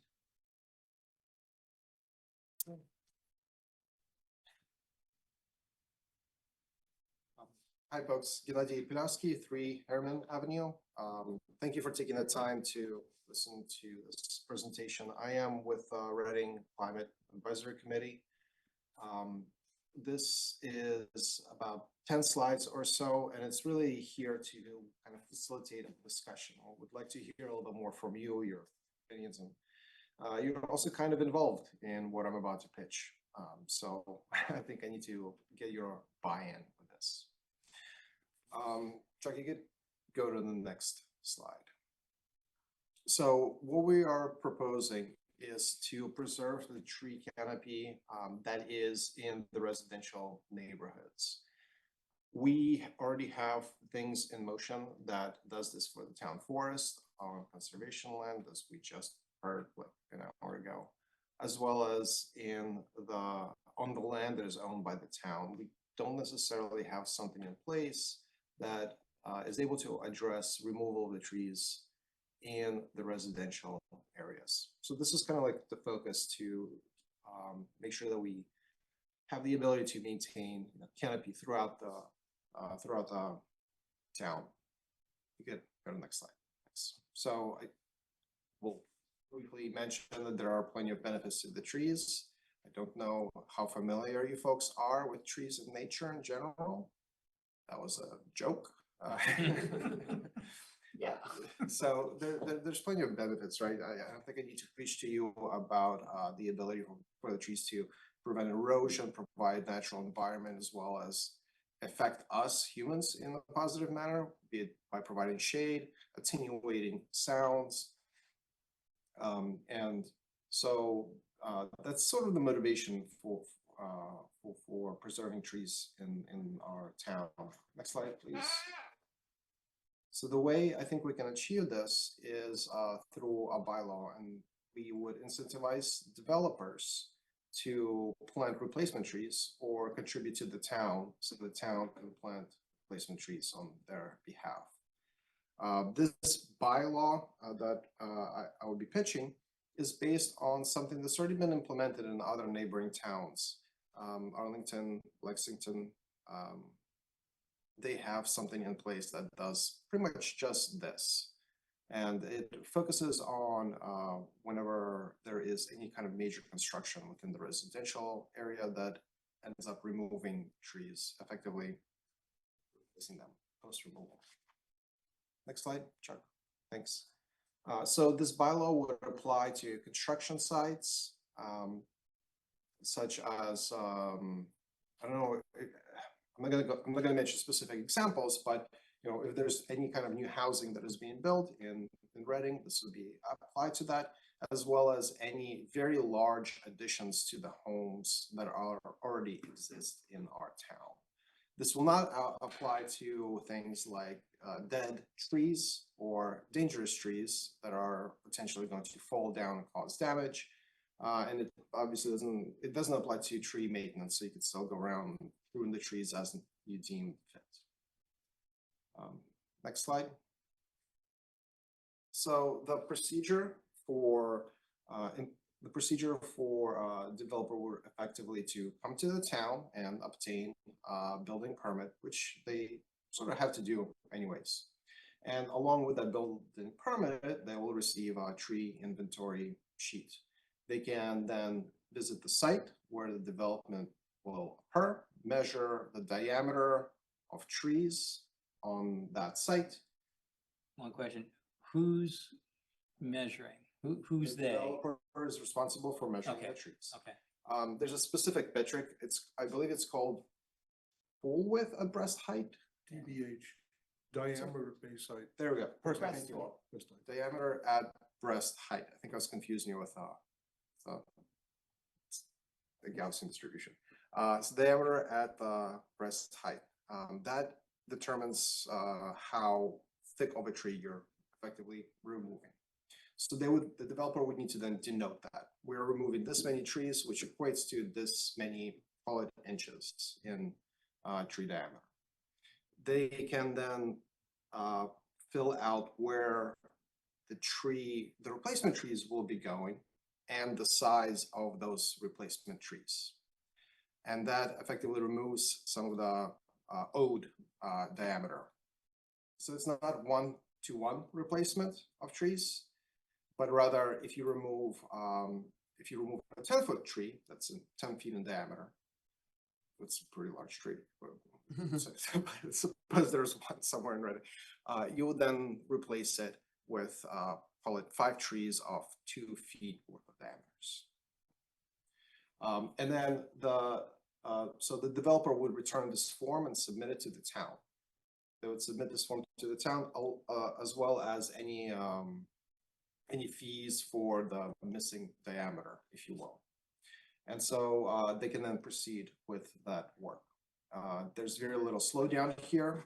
Other towns have up to, I believe, 10 business days of where the site is then inspected by different bodies. In our case, we're taking the developer on good faith with an option to audit. Next slide, Chuck. So the enforcement of this would come from could come from a couple different bodies. I understand everyone's very busy, but after discussing this with a handful of members within the town, it seems that the tree warden is someone who's fully capable. Tree warden and his staff is capable of reviewing the site to make sure that the trees were denoted as the developer filled out, should they have the time. The Conservation Commission is also familiar with this So I would like to have an option for the Conservation Commission to also audit the site should they choose to do so. And then lastly, Tree Preservation Committee / Commission. This doesn't exist in Reading. It does exist in other towns. It's a dedicated committee that would focus on making sure that the trees are replanted and all of the proper procedures are followed. We don't have that, but I would like to include that in the bylaw such that in the future, should there be a need or demand from the residents, if there's folks that are willing to volunteer for this, and the select board is willing to establish this committee, we don't need to modify, change the bylaw. It's already there. So kind of thinking ahead. The select board would be responsible for setting the price associated with replacement trees that are not replaced. They set prices for a lot of different things, water, sewer rates. So that's within their purview. There's also CPDC. They can provide leverage. This gives, they can provide waivers. This gives them some leverage to negotiate with the developers should they deem providing some waivers, partial or full, that's up to them. It'll give them an ability to sort of do good by the town without sacrificing too much. So those are the kind of the bodies that foresee being involved in this. Next slide, please. So the bylaw rollout would effectively be something that the town meeting passes. Here, for example, if we pass something in this quarter, we then would wait about 6 months or so for the state to approve this bylaw. I don't foresee any issues because this bylaw exists in other towns. And then 6 months after the state has been approved, after the state has approved such a bylaw, the town can then implement it here or allow it to go in a full effect here. So that gives a little bit of a ramp up to everyone who does development type of work here. Next slide. I think we're kind of coming to close. I've given this presentation to a couple of other bodies. I've given this to CPDC in the past. Honestly, I think it might have been 9 months ago. I've also had a public meeting at the library, maybe 6 months ago or so, where I received some feedback. So this slide summarizes some of the more common questions that came up. I'm not going to go through them individually. You have the copies of slides. But I think what I'm really looking for is really hearing from you your thoughts and feedback on this general idea here. So check if you want to go to the next slide. That effectively just summarizes what the preceding half a dozen slide stated. So at this point, I'm done. I'm happy to open the floor. I don't know if I do it or, but happy to have a dialogue with you folks on this topic. Can we go back one slide? We go back as many slides as we want. I think Chuck has to. The second line item Yes. is one of the biggest misnomers I feel about trees and the environment. A 4-foot diameter tree is not equal to 4 1-foot diameter trees. It's 16 1-foot diameter trees. Because the area is what you're concerned about. You're not concerned about the diameter. It's the area that makes the tree how big it is, and also how well it sequesters carbon and also takes care of carbon dioxide. So I just mentioned that. It's not a complaint. I don't know if it makes sense to do that, but if you're concerned, originally you said worried about the cleanliness and the ability to absorb carbon dioxide. You've just cut the ability by 16-fold. Yeah. So I absolutely agree with you, Walter. That is actually something I first had when I was working with this, where I realized that this diameter metric is a pretty standardized thing that is easy to follow. Whereas what you're describing, circumference, that might not necessarily be something that everyone is familiar with. That would be my only reservation. with setting up the bylaw to talk about the circumference as opposed to. And this pertains only to new construction. So if somebody doesn't like 10 trees on their property, they can cut them down with no problem. Yeah, so if someone doesn't like trees, someone hates trees and wants to chop them down, under this bylaw, they will be allowed to do so. Okay. This bylaw, one of the triggering mechanisms is that the developer comes in to pull permits. If someone wants to do it at their house, if there's no permits that are pulled, it's a little bit difficult. Is there a size limit? What if someone wants to come in and pulls a permit for a deck? So we, 40%. yeah, Oh, did I there's miss not that a somewhere? hard-coded number in the bylaw just yet. That's easy to adjust. I don't know, I think I need to circle back to CPDC and have a discussion with them. Yes. But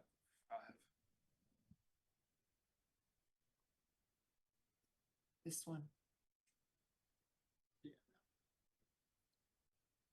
and that value is used simply as an example.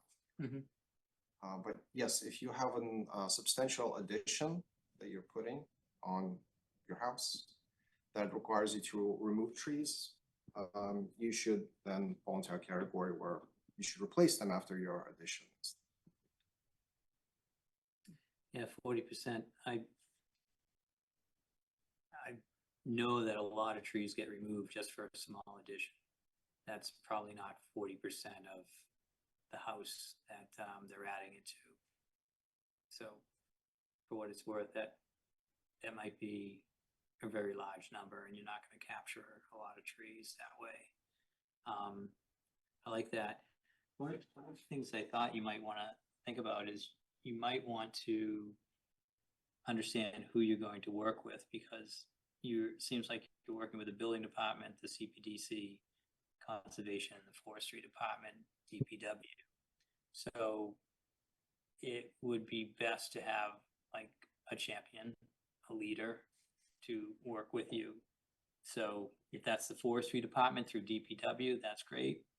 I'm not sure what the building department does other than to collect the form, and who does the review.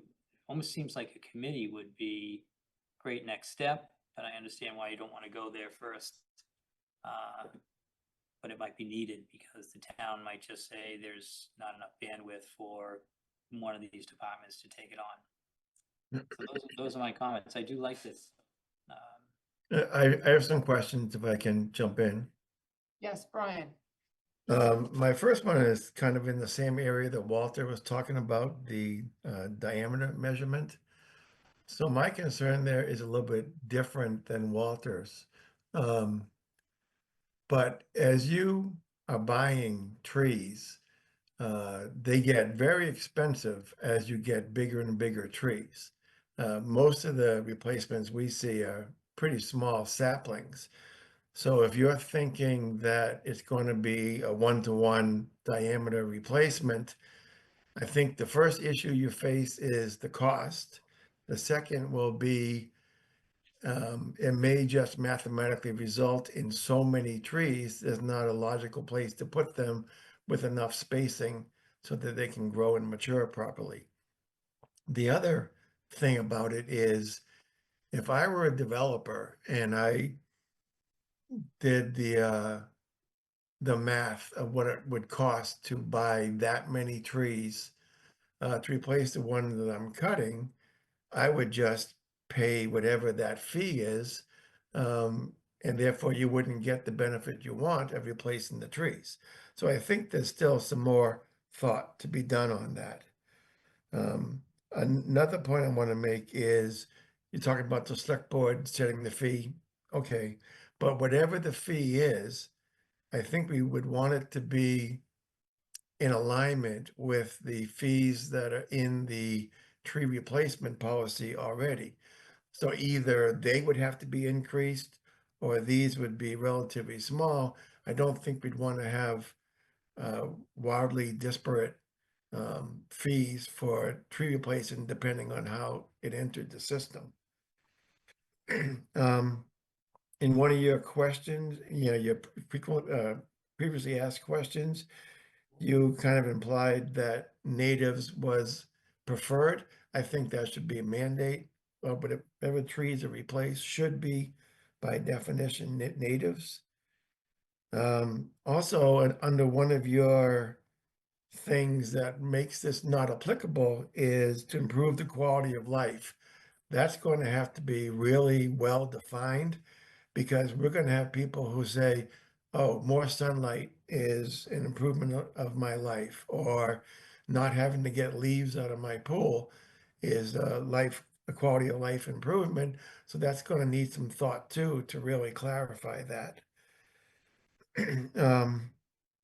Let's see. Also, you talked about what they'll be allowed to do is to prune and trim. Well, there's already guidelines, restrictions on how much of a canopy can be trimmed or pruned. And I think you'll need something along the same lines, because obviously some people can be really aggressive in their so-called pruning. Those are my thoughts. I also want to emphasize, I do like the whole idea. I've read the law over in Lexington, for example, in Arlington, and I like a lot of what they have as well. So Brian, one thing I can do after this meeting is forward you the actual bylaw that would be submitted to the town meeting. So you Sounds can, good. but that's mostly complete. It just has not been fully reviewed and vetted by the bylaw committee to make sure all the i's and t's are dotted across. Okay, good, thank you. So is this gonna require people outside buffers to go for a permit? I don't know what that means. I Yeah. apologize. Yes. This applies to people who do not fall under conservation. Commission. Developers and people putting big additions on their house. So if you were outside conservation, it would not apply to your property. Yeah. Is that also homeowners? So are we differentiating between like homeowners and commercial developers? So to Brian's point, we have a tiered system. It's, I think the voluntary shade tree fund starts at 250 and goes up to 500 for single homeowners. And then it starts at 250 for commercial developers, and it scales accordingly to the commission's discretion. So do you envision something similar outside of the buffer zone, the wetlands buffer zone for that? Would it be homeowners and commercial developers? So I don't, at this stage, there's not a distinction being drawn between developers or homeowners and developers. Okay. This is focused on residential areas, so the entire town, not just what falls into the conservation plan. I just want to make that part clear. Right. Yeah. I'm not familiar with your terminology, so I get a little bit lost when you start throwing those terms around. I apologize for that. I'm getting familiar with it too. Okay, so here's my question. When we are counting trees in the jurisdiction of Conservation Commission, we only count trees that are 6 inches diameter at breast height or larger. Is your count going to include really tiny trees or only a certain minimum size? No, so there is a threshold. That particular number is also TBD. But I can't imagine us penalizing someone for chopping down something that is, forget the diameter, like 3 feet tall, right? My mower sometimes takes care of those. Yeah. Because they spring up in the. Okay, so it will have a minimum size in your Yes, bylaw. yes. And I'm thinking it wouldn't be a bad thing for that minimum size to be the same minimum size that we have in conservation. Is it 4 So inches? it's 6. 6 inches. So that it's not confusing for people who live in upland. I have to measure every tree that's more than 2 inches diameter, and in conservation land, they get 6 inches, you know, it doesn't seem fair. So, so that's one thought, is you should try to be as consistent with our replacement policy as possible. But I'm also concerned, like Brian was, and opposite of what Walter is saying, when we ask people to replace trees, they cut down a big tree and they're planting a small tree, but it's expected to grow back to be a big tree and fill that same space the big tree filled. But we're looking 20 years down the road that it's gonna get that big. If you put 5 small trees in that same place, they're just gonna crowd each other out and they aren't gonna be healthy if you try to squeeze all these trees into a little tiny space that should end up being one mature tree. So, I apologize. Do you mind if I try to, do you mind if I engage in a back and forth? Sure, dialogue? please. Yeah. So with regards to setting the minimum size, say 6 inches, such that it matches what you folks have. I like that idea a lot. That certainly can be done. I think along those lines, we might as well set a minimum threshold that matches your current dollar value assigned to the trees as well. So then that could potentially address one of the Brian's questions, such that there's a minima, which is matching yours, and then the select board through recommendations by the tree warden can adjust that price higher should the team support.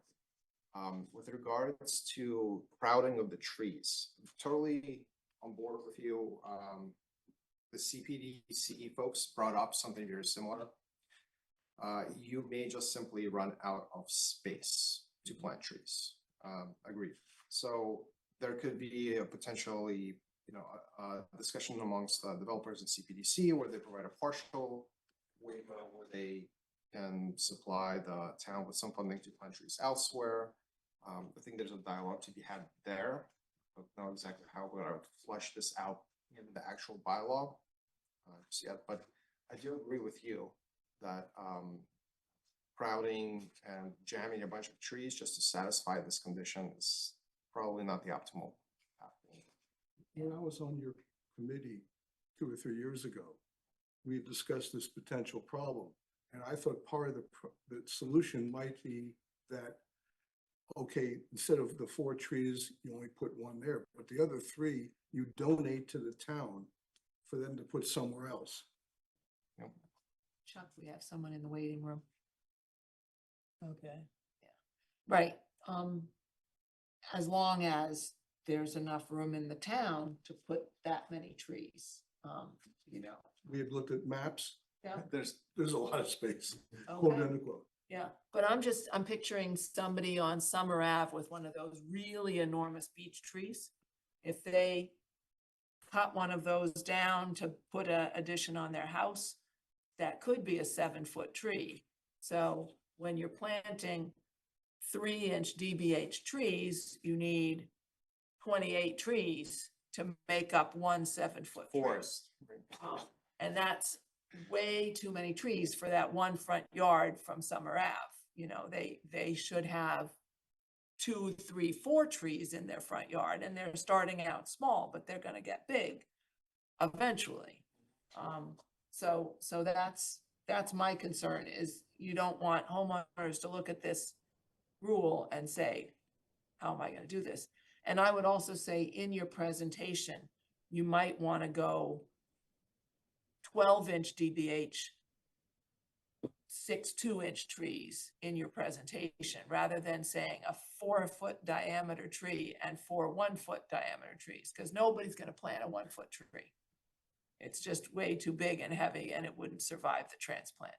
So, and Just yeah, buy it. way too expensive. If it exists. Yeah, exactly. If you Yeah. can find it. So, just scale down your volume a little bit so it makes more sense. What we ask people is 2.5 to 3.5 inch DBH when they're planting a tree. As a Well- replacement. Yeah, as a replacement for cutting a tree down. If I can step in again, Yes, Brian. Walter, you were talking about there's a lot of space in town. So the proposal here is that money would be given to the town that it could then spend. Would they be able to spend it only on town property? Would they be authorized somehow to put it on people's private property? How could that possibly work?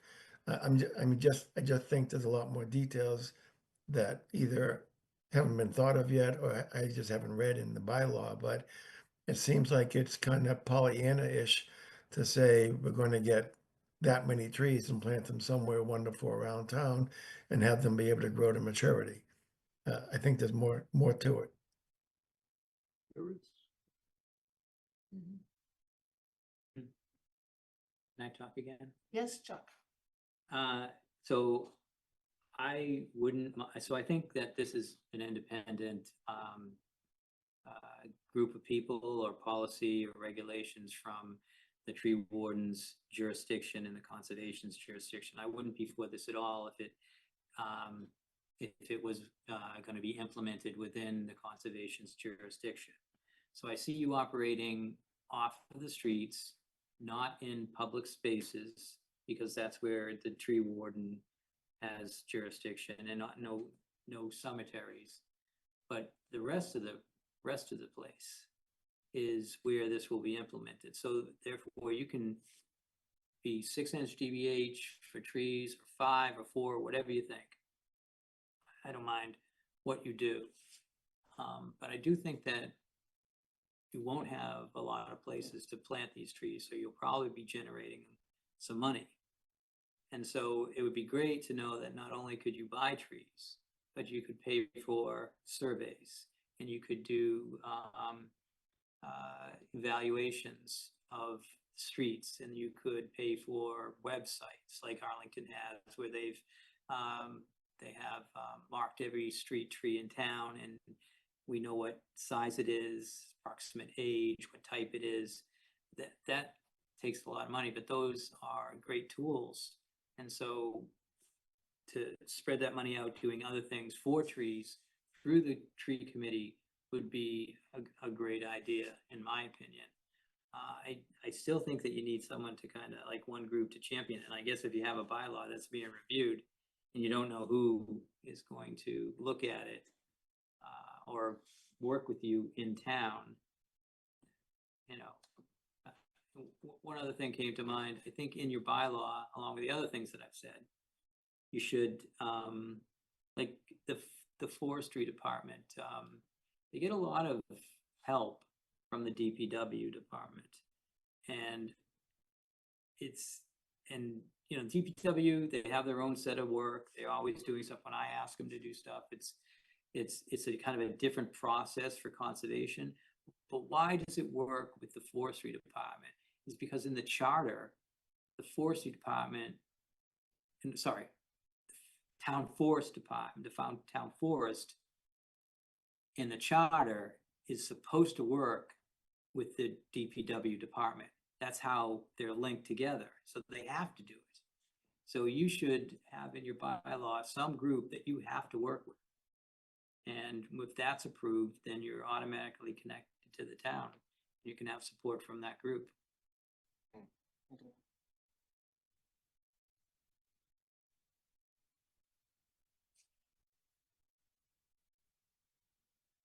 All right, any other questions, comments? I would like to go back to what Chuck said almost originally about the expansion of the existing units. I would just take away the example. If a tree has to come down, something should be done, even if you're only adding a couple feet. Well, I think that these tree committees are, so you're saying, you're going, oh, well, you should be aligned with the Conservation Commission. You guys don't know what the tree committee or the tree warden charges for trees that come down, or his fines. They're astronomical. They're appropriate for what he does, and with other towns through their tree warden and their fees, but they're a lot higher than the conservation fees. So there's a little difference there. So I think with us being where we are and the forestry department being where they are, this new group could set their own fees and their own costs. But I think the main goal is to replace the tree, replace the canopy, and prevent people from taking them down. So I think that 1 or 2 trees might be, some sort of, what is Reading, not Reading, but what does Lexington do? Don't they cut the tree in half and then replace by inch each what's left? I thought that's something. Yeah, that sounds familiar to what I read, yeah. So they realized that you couldn't replace the entire DBH of a tree, and it would get crazy. And you you can't turn this into like a big fine, but I think it's a great idea. I think it belongs in a town, you know, all good towns have like this environmental side to them. You know, we have a town forest, we have conservation land, we have, you know, almost 1,700 feet of trail and boardwalk, and I say 1,700 feet, 17 miles. And this would fit in real nicely. It may need some more work, and you probably hear from them when you go through all the rest of these committees, but yeah, it's, I still like it. Even though Brian had a lot of comments. How come we didn't get to see the bylaw with, you know, it should have been something in our packet. I don't know, I guess an oversight on my end. Oh, I'll do you just go over mind some sending it to us? I can distribute it to the I'll send committee and you the link before you folks ask them wrap to up your send you meeting. comments. It's about 4 pages. I've shared it with different folks in town who are interested in this. Yeah, topic. and just be sure that it's marked draft, so there's no confusion anyway. You should be able to tell that it's draft. There's still some highlighted sections there that require a little bit. I know, it's always good to write it, though. Just I'm a little confused with the incentive though. So if I'm a homeowner, I want to add an addition. Before I didn't have to replace anything. Right? Now I do. Correct. Are other towns getting upset residents from that bylaw? No, I think the one in like Arlington's been around for over a decade. I mean, maybe. I haven't surveyed the other towns' residents, to be honest with you. So that sounds like more of a question like, why did you start this? Was it just a good idea, or was it had to do with more of a thought behind, you know, carbon sequestering and Oh. heat islands and things like that, and the need and bringing up the education of everyone to understand that, you know, trees aren't annoying. They actually serve a function in society. They create, you know, shade. And so anyways, I was trying to kind of So, lead you on to that. The way this came about is, I don't recall actually who, but a resident showed up to climate advisory committee's meeting and talked to us about this. And this was years ago. And we put this on the back burner where we decided, hey, it's a good idea, and here's all the cool things that it would, here are all the reasons why this would be beneficial to the town. But I think we were tied up with other action items at that time. And so we put this on the back burner. And I think a year or two passed and we sort of revisited this idea.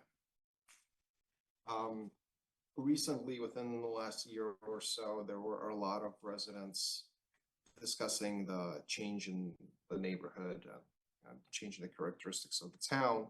And so this seemed to be kind of in alignment with that as well. The fact that if we're systematically removing trees, that does sort of destroy our environment as it used to be. Chuck, are you able to share with us how much money you brought in from this program? From Arlington, or? Yeah. Well, I have no idea. They must make a lot of money. I mean, Arlington has like 65,000 residents, and Reading has like under 25,000. So it's just much bigger. You know, more houses and whatnot. But my recollection was, not everyone's captured by that. If they're doing like homeowners, if they're doing an addition, there's a certain size, like you said, 40%. I thought it was like 300. I think they just have a size like 350 square feet or something like that. Anything over that or under that, you can, you know, and there's a specific reason why when the tree has to come into this program or not. So it may need to be looked at, but not everyone is captured. And so I think in Arlington, it started because there was a couple of trees that were slated to come down that people felt like, you know, they've been around a long time. It's the reason, you know, we're getting a house. I mean, it's like that kind of community thought, like, I mean, we're giving up this for a parking lot. They didn't see how that value was extended. And for a tree or for a park or for just the beauty of it there, they thought that it wasn't up to an individual anymore to, you know, to decide on these bigger trees. And I think they took that thought and they brought it through the town, and it was worked on a lot, just like CPA is, you know, everyone does CPA, but it doesn't go straight through any town.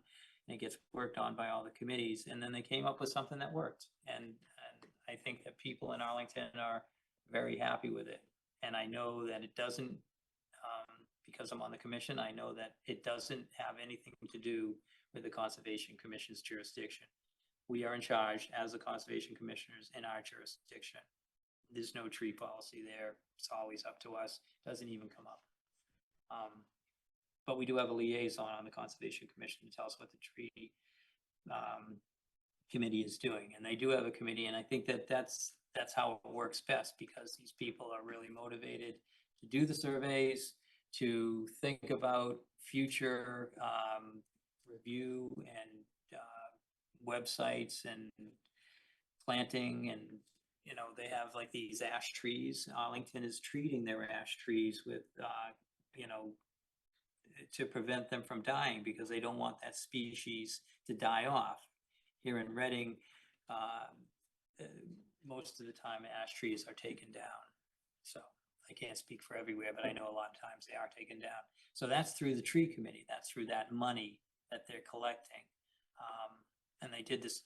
It's a really cool survey. If you look in Arlington, you can just look at the streets and you can see every tree on the street and what it is and how old it is. And it's kind of neat. Is it on the town website? Yeah. Yeah. Yeah, yeah, I've looked at it, it's amazing. It really is. I mean, does that make people come to, if we did it here, come to Reading and wanna be? I don't know, but it's another neat thing. I mean, you know, Reading has a lot. It has, like I said, town forest. I grew up in a town with a town forest. Big deal, you know, because it has scouting just like we do here, and it has walks, and it has other things, birding and all those good things. You can find always an opportunity to get out there and to be alone if you wanted to do that, or to do whatever. So I think that Reading is like that type of town that this wouldn't look odd in, but it has to be crafted correctly. And that's why we're going through this process now. I mean, I don't know who eventually is going to take it over as far as a town group, you know, like what department, but someone has to. I think we need to wrap it up. I just want to say, a few years ago, a wooded hillside right across the street from me was developed and made into 3 $2 million houses. And this tree replacement policy would have been nice to have there. People were talking to me and saying, you're on conservation, can't you do something to protect this piece of woods? I'm like, no, it's upland. We Yeah. have no jurisdiction. But don't think for 1 minute they're not building houses in Lexington, Arlington, and wherever else they have tree policies. And so it just works out. It's Yeah, not I'm sure the unfair to houses would have anyone. gotten built. Yeah. It's just there might have been a few more shade trees in their yards Mm. and, you know, some money for the difference in diameter going into your fund. But everybody was like, they're cutting down so many trees. And I it's know, must have too been bad. shocking. It's not conservation's property. We, you know, jurisdiction, we have no control over it. Thank you for coming. Thank you all for having me. Okay, 7 Heritage Drive plan change discussion. That's off of Libby Ave. And some of us did a site visit. I think it was just Walter, Bryan, and I. Does one of you want to tell what we saw? This is the one they want to put in the retaining wall. Oh, yeah.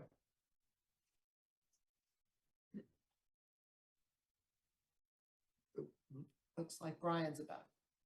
Oh, anybody else? Brian, does Brian want to do it? Yeah, I can do it. I was just hoping somebody else would talk so I could save my voice, but anyway, We got Walter Walter will go. do it. okay, good.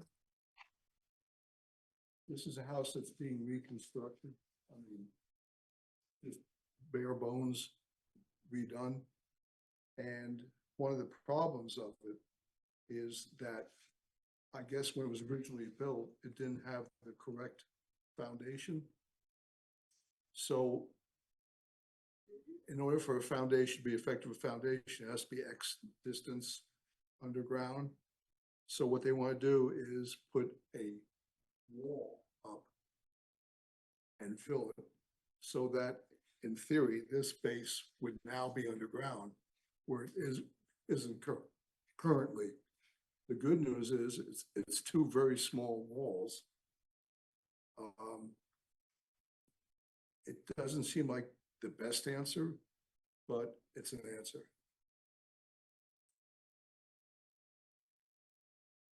Chuck, did you get a chance to talk to the building Glenn and find out whether this is something that Glenn approves of? And is this the homeowners here on the view? Yeah, that's, Welcome. Hi, thank you. I can answer the question about Glenn. Sure.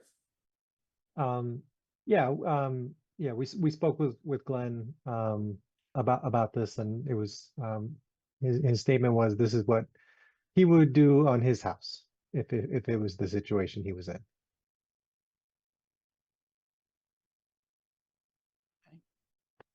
One of our questions was, how does your retaining wall protect the foundation when you have a gap through it to get into the basement door? I apologize that I'm not a building inspector or an engineer, but my understanding is that that the small gap that would be there is not a detrimental to the issue with the frost layer.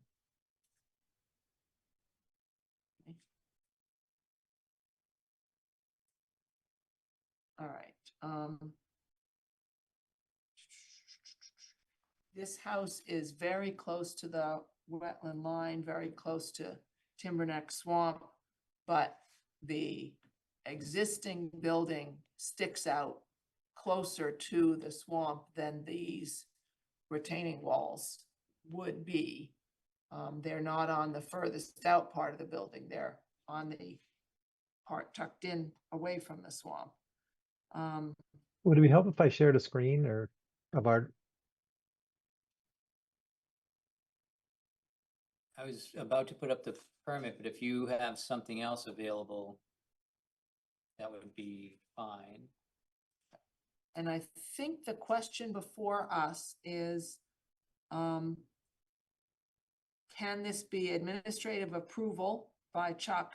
Is this a minor plan change that we could approve, or would this require an amended order of conditions which would get presented at a future meeting and therefore notice to the neighbors and things like that? So that's what we're asked to decide about. Right, but before we get there, Okay. I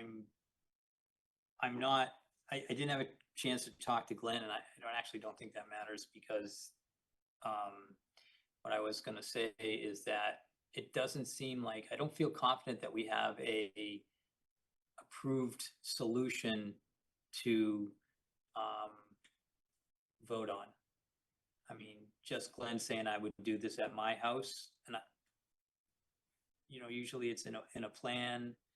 The building department would want to see this drawn up, I would suspect. And I'm not sure, maybe not, but I would have thought so. It does seem a little bit premature to vote on this. And I had another question too. I mean, I don't know how the patio got there, but it is pretty close within that no disturb area that we like to maintain. And this seems like it's an opportunity to remove it instead of, you know, keep it there for the next 100 years. So that just leads me into my next question, which is why was this, were other alternatives reviewed to fix whatever you're trying to fix with with this retaining wall? Or was this the only option presented? Or was this just a conversation with the buildings inspectors and they just kind of said from their knowledge, this is what they would do? Well, there was an option that was presented where we would have to excavate the entire foundation there. And I guess it's called pinning. I don't know the correct terms, but it would involve somehow reinforcing and extending the pour foundation down below the 4-foot kind of line. So it would involve a very significant excavation and foundation work, which obviously has quite a few numbers of complications there. Yeah, there was a statement about the patio. We bought the house in 2015. There was a small porch room addition put on in, I think, 2007. That's the one that's the closest approach to the wetland. It's actually only like 5 feet, 4 feet away from the wetland line. So that patio was there when we moved in. You know, it's not something that we particularly need or use very often. So if that's a mitigation, you know, to consider, you know, I guess, you know, we'd probably be amenable to that. And then as far as the building inspector goes, you know, making sure, I mean, yeah, you know, we're confident. We've sat in many meetings with Glenn to talk through this. So if that's a necessary step, you know, that's fine to do. Can you describe the work? Is it, in my head, it's set off the actual foundation by a bit, and they're not actually connected. But maybe if you describe what you're actually doing with this footing that you want to install, where's it going and where's the excavation happening? It's not any kind of excavation. So so it would be it would just be I guess they're called pavers, or the cement blocks that you use for landscaping. That would create a you know, effectively like a wall. It would be touching the foundation. It would extend away from the foundation 4 feet. It would be about 3 feet high, and it would be filled with crushed stone. That's what And- the contractor described to us. Basically build a crib coming out from the foundation to fill with the crushed stone, because the foundation only goes a foot below ground. So having a 3-foot high crib full of crushed stone would give you your 4 feet frost line. That was what the contractor explained to us. And the thing I didn't understand is, here's your wall, here's the existing foundation. It's not like they're gonna go down and insulate it. It's gonna be just touching. So are they digging that crib below ground? No, they're gonna No. keep it on the ground level. But here's the existing foundation, Which one's the foundation? this one. Okay. Sorry, here's the existing foundation. And you got this just touch here at a point touch. So this is supposedly be insulating the rest of that foundation. That seems to be, yeah, I don't understand how that works. I guess the point here is, it's not up to us to understand the building aspects of it. We're only here to decide the conservation aspects of it. I feel And that way if it it would was a have to stamped go plan. through Yeah, it would have to go through the building department, the Glenn. Right, but no, I don't agree because this, so what I'm worried about is that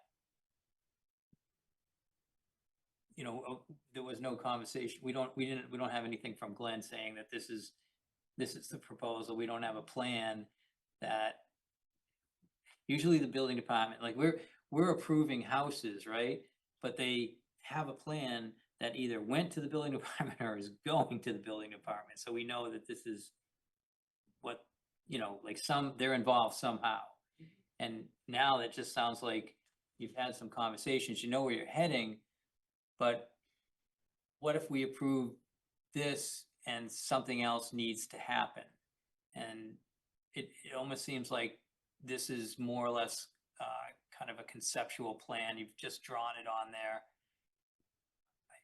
Not sure that I feel comfortable, like I said, not really having some hard and fast description of what's going on.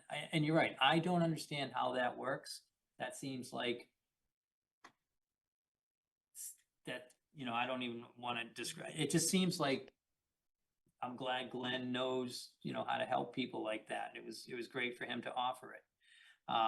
But for us,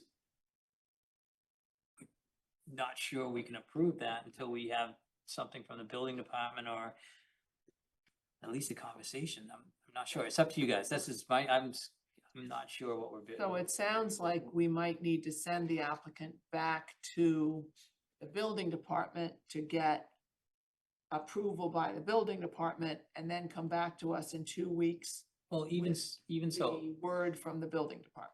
the applicant should come back with a plan that the building department would approve. And that could be within consultation with them. And for us, we usually ask for a construction entrance and erosion control, and maybe to understand how deep it is and where the spoils from of the excavation is going. So there's a lot more that we really haven't asked, and maybe the reason is because we really don't understand this project in the first place. The construction entrance already exists, and it's down the side of the house that is to the east. So they're And coming the- all the way around the building? Yeah, because that's what they're doing for all of the construction. Okay. And the erosion control is already in place along the north and west sides of the property. Mm-hmm. And Brian looked at it and wondered whether there should be a gap in the erosion control with a 6-foot piece protecting it on the uphill side. But it seems to me like maybe it's not that long a stretch of erosion control. It's probably only about 50 feet total going around that back corner. So, we're used to seeing in the conditions that that there are gaps every 50 feet. So, but the erosion control is there. We had a conversation about it.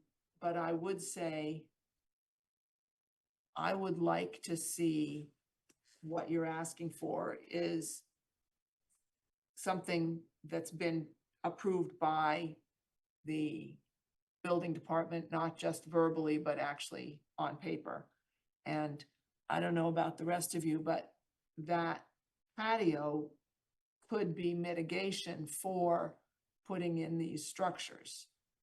If they are willing to remove the patio, that would pull the structures further away from the Well, wetland. that part was confusing too. So is this going on top of where the patio is or in a different spot? Is it closer to? They've taken up the first 2 rows of patio stones, Yeah, and that's where they're planning to put the 4-foot wall. And they took up the first 2 rows in order to dig down and see how deep the foundation goes. all right, so So some of the patio is it going sounds like we away. need like a really good description, because now 2 courses of patio stones is 2 feet. Yeah. Yeah. Well, that's how they got access to the So foundation. they're So digging, they're gonna actually take away 2 more courses of patio so they're going stones. 4 feet out Mhm. and They're 3 not feet going up. down at all. They're not digging. They're going 3 feet up, 4 feet out, making a stone box. which is kind of freestanding. It's not What is that attached. called? I mean, I was trying to look it up and I just put in foundation crib and I didn't get any hits. Anyone have? Well, a they're calling it term? a retaining wall on this plan. I, I don't know what, keep it there, actually, but it's freestanding. well, we're looking for some help. Do you have, Scott, do you have any, you've listened to what we were talking about? You're here tonight to help us, understand your project. Yeah, I apologize. You know, I mean, you could call it like a landscaping wall that people do. I mean, we're just not going to fill it with anything but crushed stone. I don't understand, like you. I apologize. The physics behind, you know, this, you know, how this is going to help with the frost.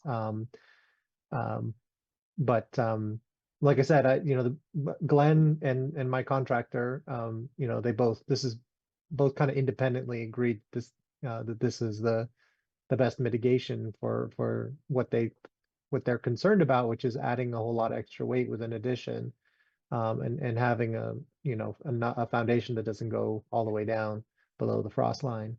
So it's out 4 feet and how long is it? Um, The length of that wing of the building? yeah, it's going to be the full wing of the building. Yeah. So it's a what, a 24, oh gosh, I forget the measurement on how long the building is. Yeah, I'm gonna say 30, I'm gonna say about 30 feet total. You know, half of the structure with in 2 different segments of about equal length. So I'm gonna say, you know, 12 feet and 12 feet because there's the gap in between. I think they're even shorter than 12 feet. I think so. Yeah. And is this poured concrete to create this framework for the No, stone to it's sit gonna be landscaping blocks. in? Interlocking stone. blocks, like, or is it going to be a kind of, you know, CMUs with mortar in between and filled?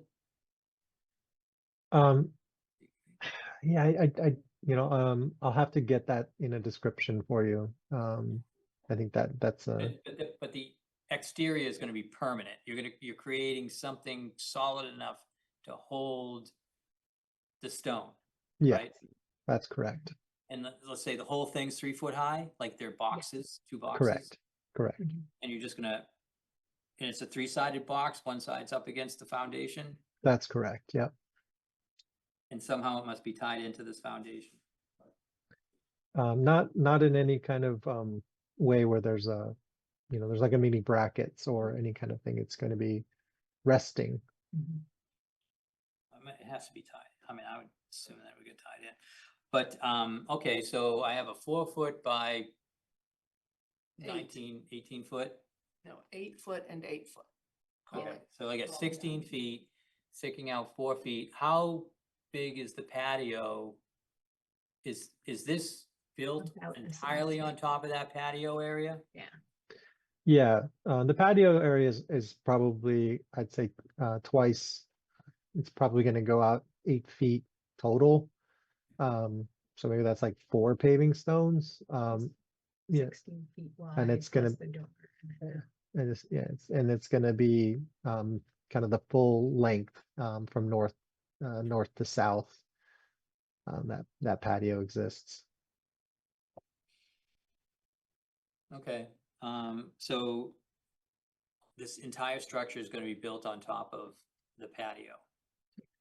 Well, we're gonna, I mean, the patio stones that are there now will be removed. Right. So it won't be on top of, it'll be replacing those where those exist currently. But no part of this goes on existing lawn. It's all No. patio. Yeah, that is correct. All right. This reminds me of So at least we Baker have a Street? description that we Yeah. can actually do something. Do you remember on Sorry Baker for that. Street, they were building a 2-story house where it had been 1 story and they had to do something about their foundation as well? I just don't remember I what think that time did. they pinned it.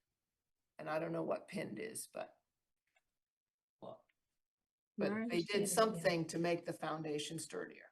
yeah, I think they did that. That was there was a tree out front that a contractor cut all the roots off of. Yeah, that's the house. But the foundation issue was in the corner in the back where they needed to do something to, So what I'm hearing is they're willing to take away the rest of the patio stone, so that could be the mitigation. And they're creating something that sounds like we have a size to, Mhm. and we've solved the erosion, we solved the construction entrance, so I think we're back to taking a vote, to be honest with you. But if Glenn decides this doesn't work, I would only recommend voting on 2 8-foot boxes, you know, or work on top of the existing patio area with whatever the edge is. That's not, the whole patio is removed and this is put in its place. And then the difference in patio to box is mitigation. Can I clarify one thing? Sure. If I understand this correctly, it's not a box. It's a 3-sided thing leaning up against the house, full of stone. full stone. Yeah, leaning. That's the only way it's gonna stay there. I just thought it would be built up against the house and like, Well, how's it gonna stay there? I just thought that, I don't know, I mean, if it was here and I just started piling blocks, this is the house, Yeah. and I just made it like that, and I pinned it to the foundation here and then filled it up. But he just said they're not gonna pin anything and do any brackets. You know, We can I don't know. clarify I the don't know. pinning. I don't Yeah, that's a great question, and I apologize for the incomplete description. If you know, my contractor would have been probably helpful to have on the call. Well, Yeah, I think he's the one we suggested he'd be available if Right. needed. He said he'd be available later on in the day, or Oh. night, I mean, but no, well, my suggestion is as long as it's on the top of the existing disturbed patio and they're offering to take the rest of it away that they don't place this new structure on, we could work with that. In terms of taking away the existing patio, I think that's a pretty shady side of the house. So it might be hard to get lawn to grow there, so they might need a shade tolerant ground cover. They're gonna need something to prevent the erosion back there. So if we're asking them to take up patio, I think we need to ask them to put down a shade tolerant ground cover. Well, what's in front of it? What, is there grass between the wetland and the patio? Yeah, so grass will grow. Okay, can they gravel it? I mean, As long as they take up all the sand that was underneath the paved patio area. well, it looks like it was just laid on top of ground. Well, that should be fine. okay, so if they're taking up the patio, they need to get some plant material growing where the patio was, whether it's grass or not grass, I don't care. Yeah, well, it's next to their house. I don't think that they're just gonna leave it there. So I think that would, I mean, I agree, Okay, yeah, but I think. but if the grass seed is- can't grow, if they try growing grass, We're gonna do a certificate of compliance on this whole house, so you'll be able to check it out. so there needs to be some vegetation to hold the soil in place. Well, So- our typical certificate of compliance would include the establishment of lawn. So if, Scott, if you find that there's a problem reestablishing the lawn in front of this structure, No, you're singing my language. I don't like the patio and I like more green. So this is a double win for me. Okay, hey, We've got kids and I'd much rather have more space to run around and not a patio that is, yeah. So no problems. And I'm writing down shade tolerant because I'd also like to get something that's a little bit more robust there. So I love that. Okay, So can we wrap this up? Who was that? that was Brian. That's Brian. All right, you want to make a motion, Brian? We're being asked, Well, I think the decision is whether, approval or minor plan change Right. or amended order of conditions. right, and go back to the criteria on the minor plan change. It's based on the significance of impact to the wetlands. If we understand this, and I think we do, there'll be less of an impact on the wetlands because we're pulling the patio further away from the wetlands. So I think we could have it be an administrative approval, and just ask for some kind of an updated plan that gives us a better idea to look at when it comes time for a compliance review. That works for me. Or any plan that you end up putting together for the building department. Yes. Okay, so do we need to vote on administrative approval?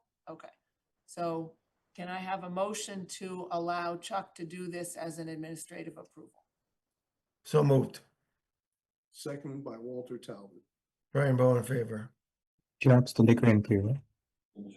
Rick Keough in favor. Walter Talbot's in favor. Martha Moore in favor. All right. All right, Scott, sorry to scare you, but I think we got to, we got made to a it. good end. We got to a good point here. We're happy. Thank you, guys. Is that you with the, if you take down the screen, we'll be able to see you, take down the share.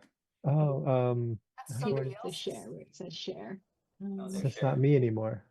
That's. No, I think that it might be Longwood. the next person. Oh, there we There are. we you Yay! All right, so you're turned it on you're just gonna as get a- the plans to Chuck of what you're actually gonna build. Yes. Yeah, okay, All right. that's, yeah.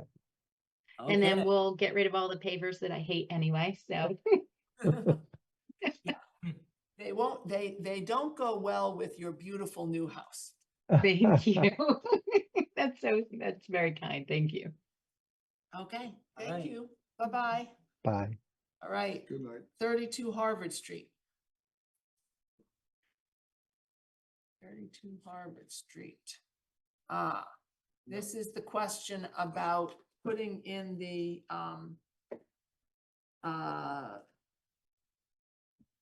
Where the fence and the lawn ends. stormwater had too much water in the pit they dug. Yeah, And then a lot of questions about fencing and plantings in the back. so I don't know if anyone's here for that. If there's someone here for this discussion, can you raise your hand? Use the raise hand function to let us know that you want to speak about 32 Harvard Street.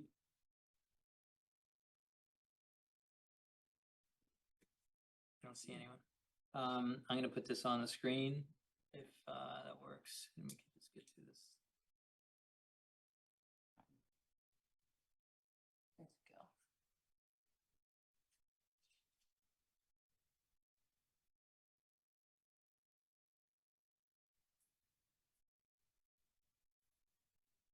So, sorry.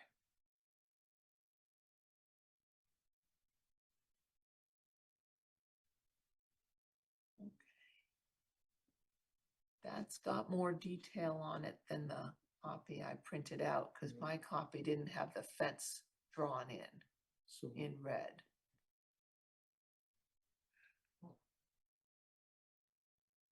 So it looks like they want to do a chain link fence and a larger fence next to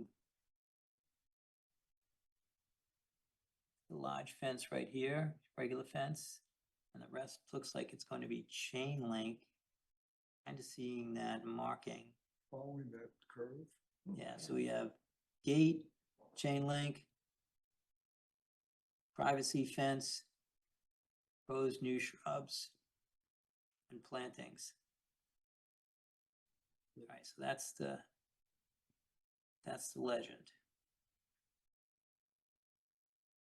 And then The question that we were sent was, that's the other house.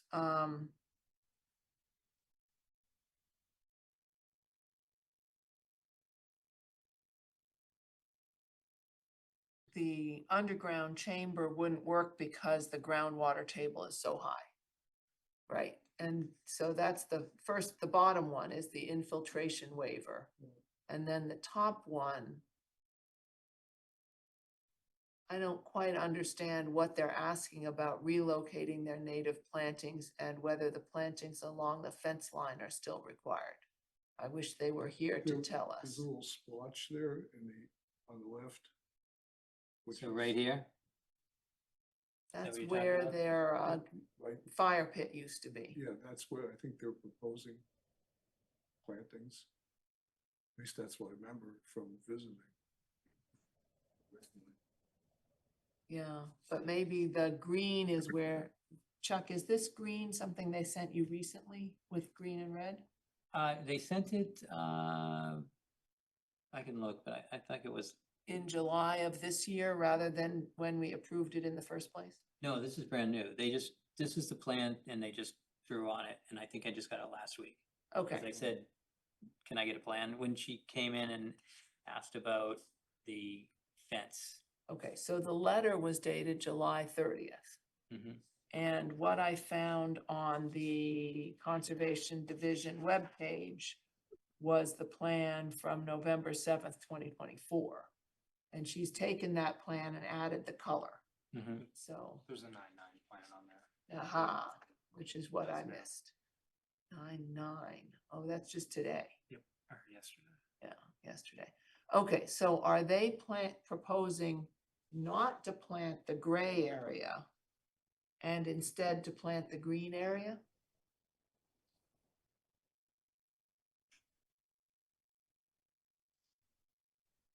If you I go, don't to know. your key I know over where on it the is, right here. right-hand side, scroll to the right. Move your whole screen over. Yeah, Hot.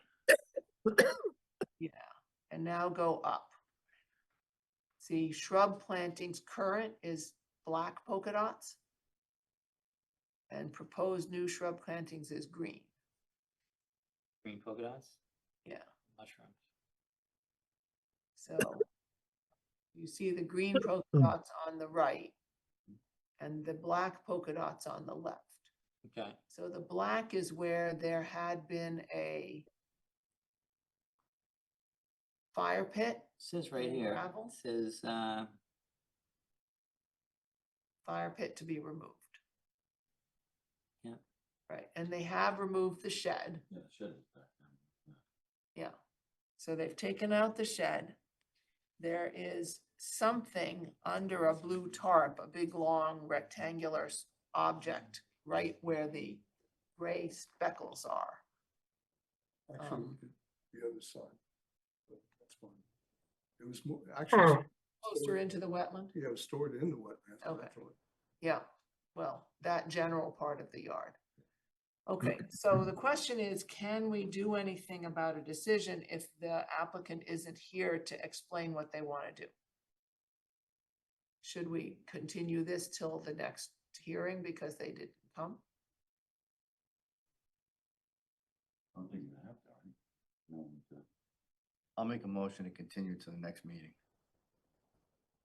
I second that motion. Walter Talbot seconds. Brian Rowe in favor. Jack Stilicker in favor.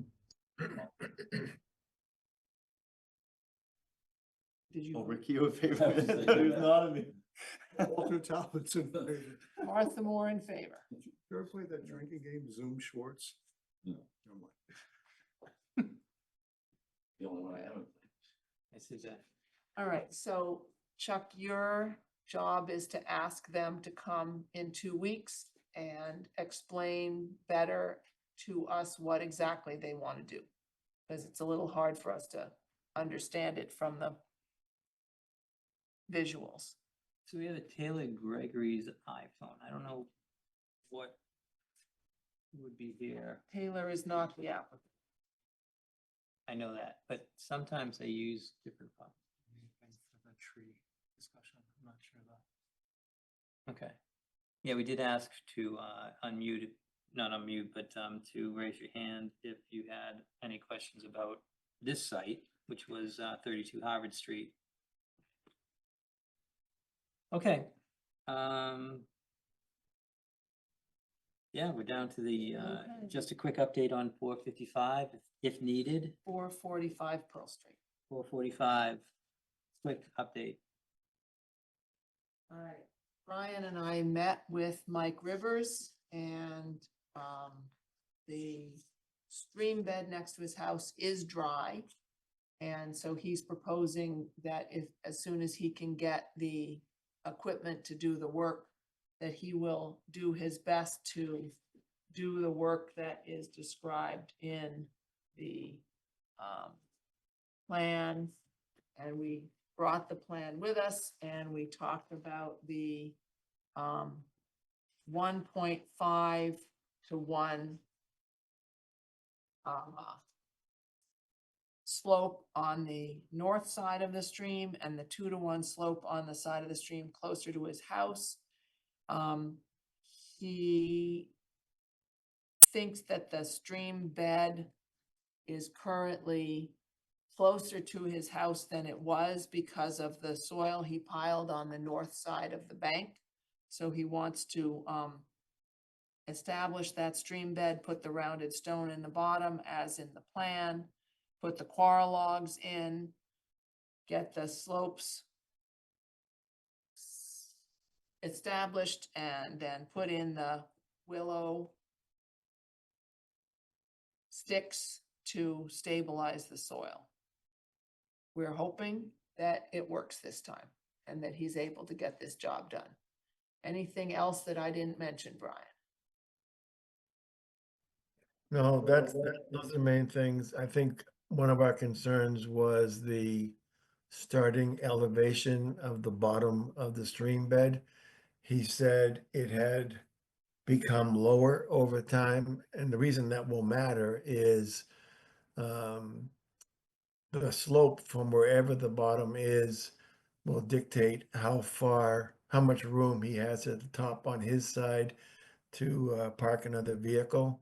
So we want to be very careful that the elevations end up being what are identified in the original plan.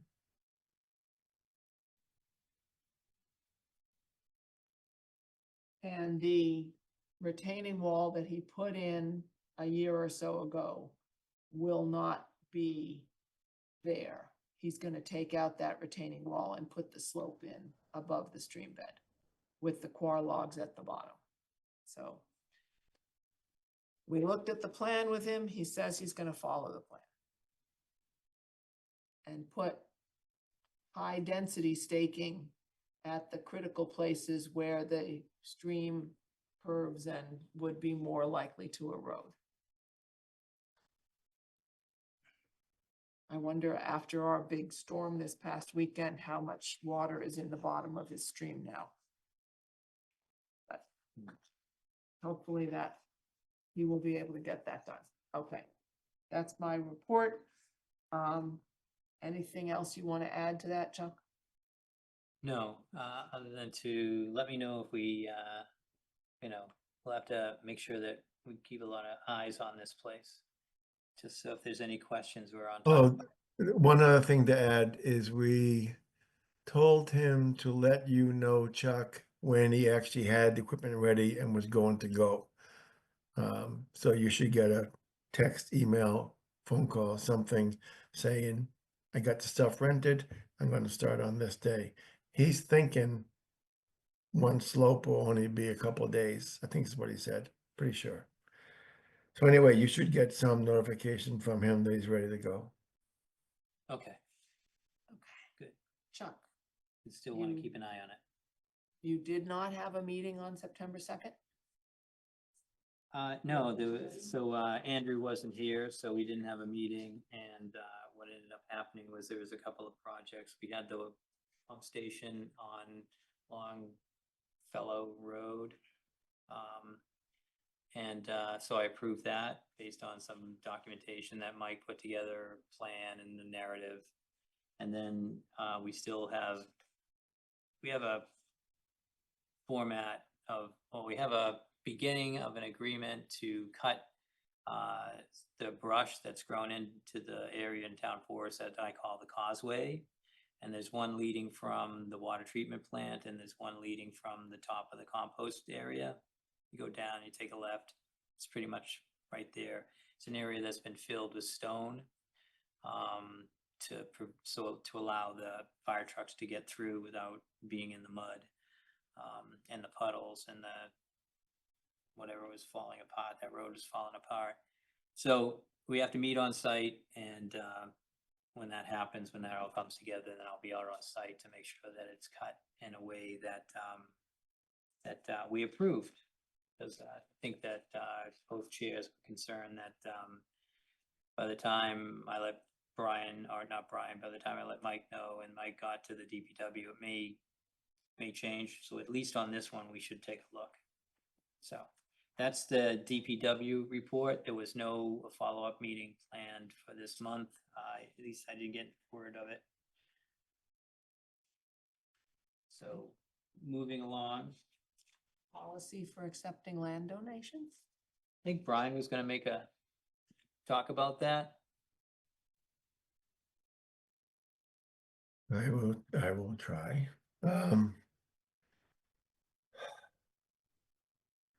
Actually, come back to me on that, okay? I wonder with Brian not feeling well, should we put that off for next meeting? Next meeting. Yeah, I think that, I'll just do my best. We're gonna put together a letter. Brian's gonna review it. It's already in his hands. We just wanna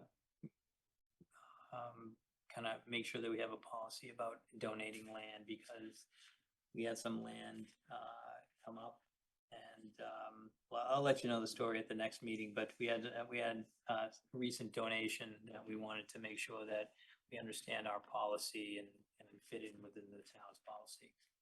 So that was the whole reason behind that. So next on the agenda is the administrator's report about Materia Cabin. Materia Cabin's closed. There was a draft assessment. Was that the assessment of classification assessments? I forgot the name of it, but anyways, they're going to evaluate the building and find out what's wrong with it, and then try to figure out which classification, as it sits, it would fit best in. So I know that the kind of like the draft came in today, but they're still going to work on it. And the draft came in with a couple of questions that the building commissioners need to answer. And again, I was just standing at the counter, and I know this is what happened. So next week, me and Brian, if the final is in, we're going to be talking with the assistant town manager and have an update at our next meeting. Hopefully we'll have a lot to talk about at that meeting. And next on my list was the NBTA. It says future project, but when we put this agenda together, we didn't know that we would have a meeting already. So there was a meeting on Tuesday night, the 9th. It was a meeting, just a small group of people. The most vocal of our turn back track abutters were invited to a small meeting with the MBTA, and they had 3 hours to bring up all their points. And I was there, and Brian was there, and Joe Flurry was there, along with several abutters that had some documentation and some questions, and they had handouts. They had put a lot of time and thought into their questions. And I think that they were able to ask every one of their questions. I'm not sure they were always satisfied with the answer. But that's, a public meeting, and there will be another one on, is it Monday the 15th? Monday the 15th, and that's going to be virtual and in person. And that is going to be, so I guess somehow they're going to put out a link Do you know how they're gonna It's put that already link on the up? town website and it's already been shared, and it's also on the MBTA's regional rail transformation. So the link's available on the town website and those other spots that, and if you're interested in the turn back track and being part of a conversation before they put their notice of intent in, you know, and you can't find these links to that Zoom meeting on Monday night, the 15th at 7 o'clock, reach out to the town, reach out to the Conservation Commission, just reach out, because we don't want you missed. And talking about people out there who might be listening to the Conservation Commission meeting. With that, there'll be a lot more people there, so you're not gonna have an opportunity to ask multiple questions. So that's the reason why we had the most vocal people come to the first meeting. It wasn't my idea, but whatever. That's why that happened. The second meeting should be good. It should also take on a lot of questions. I think at the end of the day, I felt like I understood where the NBTA was coming from and kind of understood, you know, what they're trying to do. It didn't align with, you know, the people that attended there. For us, it gave a good review of what we're going to expect. So that's really why I went. It was, you know, I wanted to see what they were coming back, if they changed anything or they didn't change anything. So we don't have the application, so I'm keeping my information to me because it may change before it gets here. So I don't want to start saying, I was worried about this, I was worried about that, or I like this, I like that. I don't know what it's going to look like when we get it. It will be here soon, so everyone's going to have to wait or attend the next meeting. If 4 or more of us attend on the 15th, do you have to post it as a Absolutely. conservation mission? Yeah. I'm planning to attend. Anybody else? Joe will be there. I'm planning to. You there? So it will be 15th, recorded Monday night, the also. So 15th. for those people that don't want to attend or worry about open meeting law, you can just watch it on YouTube the next day or over the weekend. But it's not hosted by the town though, so it's hosted by the MBTA. So does that matter for open law? I thought RCTV was gonna be part of it. I No. take that back. It's an Okay. MBTA link, so I'm not sure if RCTV is covering it. I'll take that back and I'll say yes. I'll post it. We have 3, possibly At someone least else 3 on. of us want to go, so post it in case somebody else decides to come. Quick question, same, It should be recorded. I think that was actually one of the abutters question, this guy Lucas. He might have said it should be for RCTV. So Same I way. apologize. same location? It'll be in the library, yeah, but the library. No, I'm sorry, it's the track itself, same location? Yeah, no, Okay, no. Oh, that's the only question I was asking. It's the only track in, as a matter of fact, that was the answer that they gave a lot of times. This is where the track is. Well, This is where the track is. So, if it moved up and down a few feet, like, I don't know. Okay, but you're gonna post it as a meeting of the Conservation Commission so that as many of us as want to go can go, Yeah. and we are done with that conversation, right? Well, No, after except to the just person's remind there. you that when you do that, you have to Open like the open it meeting. and close it. So just let whoever's running it know that. So if you're online, you're part of that. Yeah, if we've joined Unless as a you part go- of the Zoom meeting. Unless there's a YouTube link.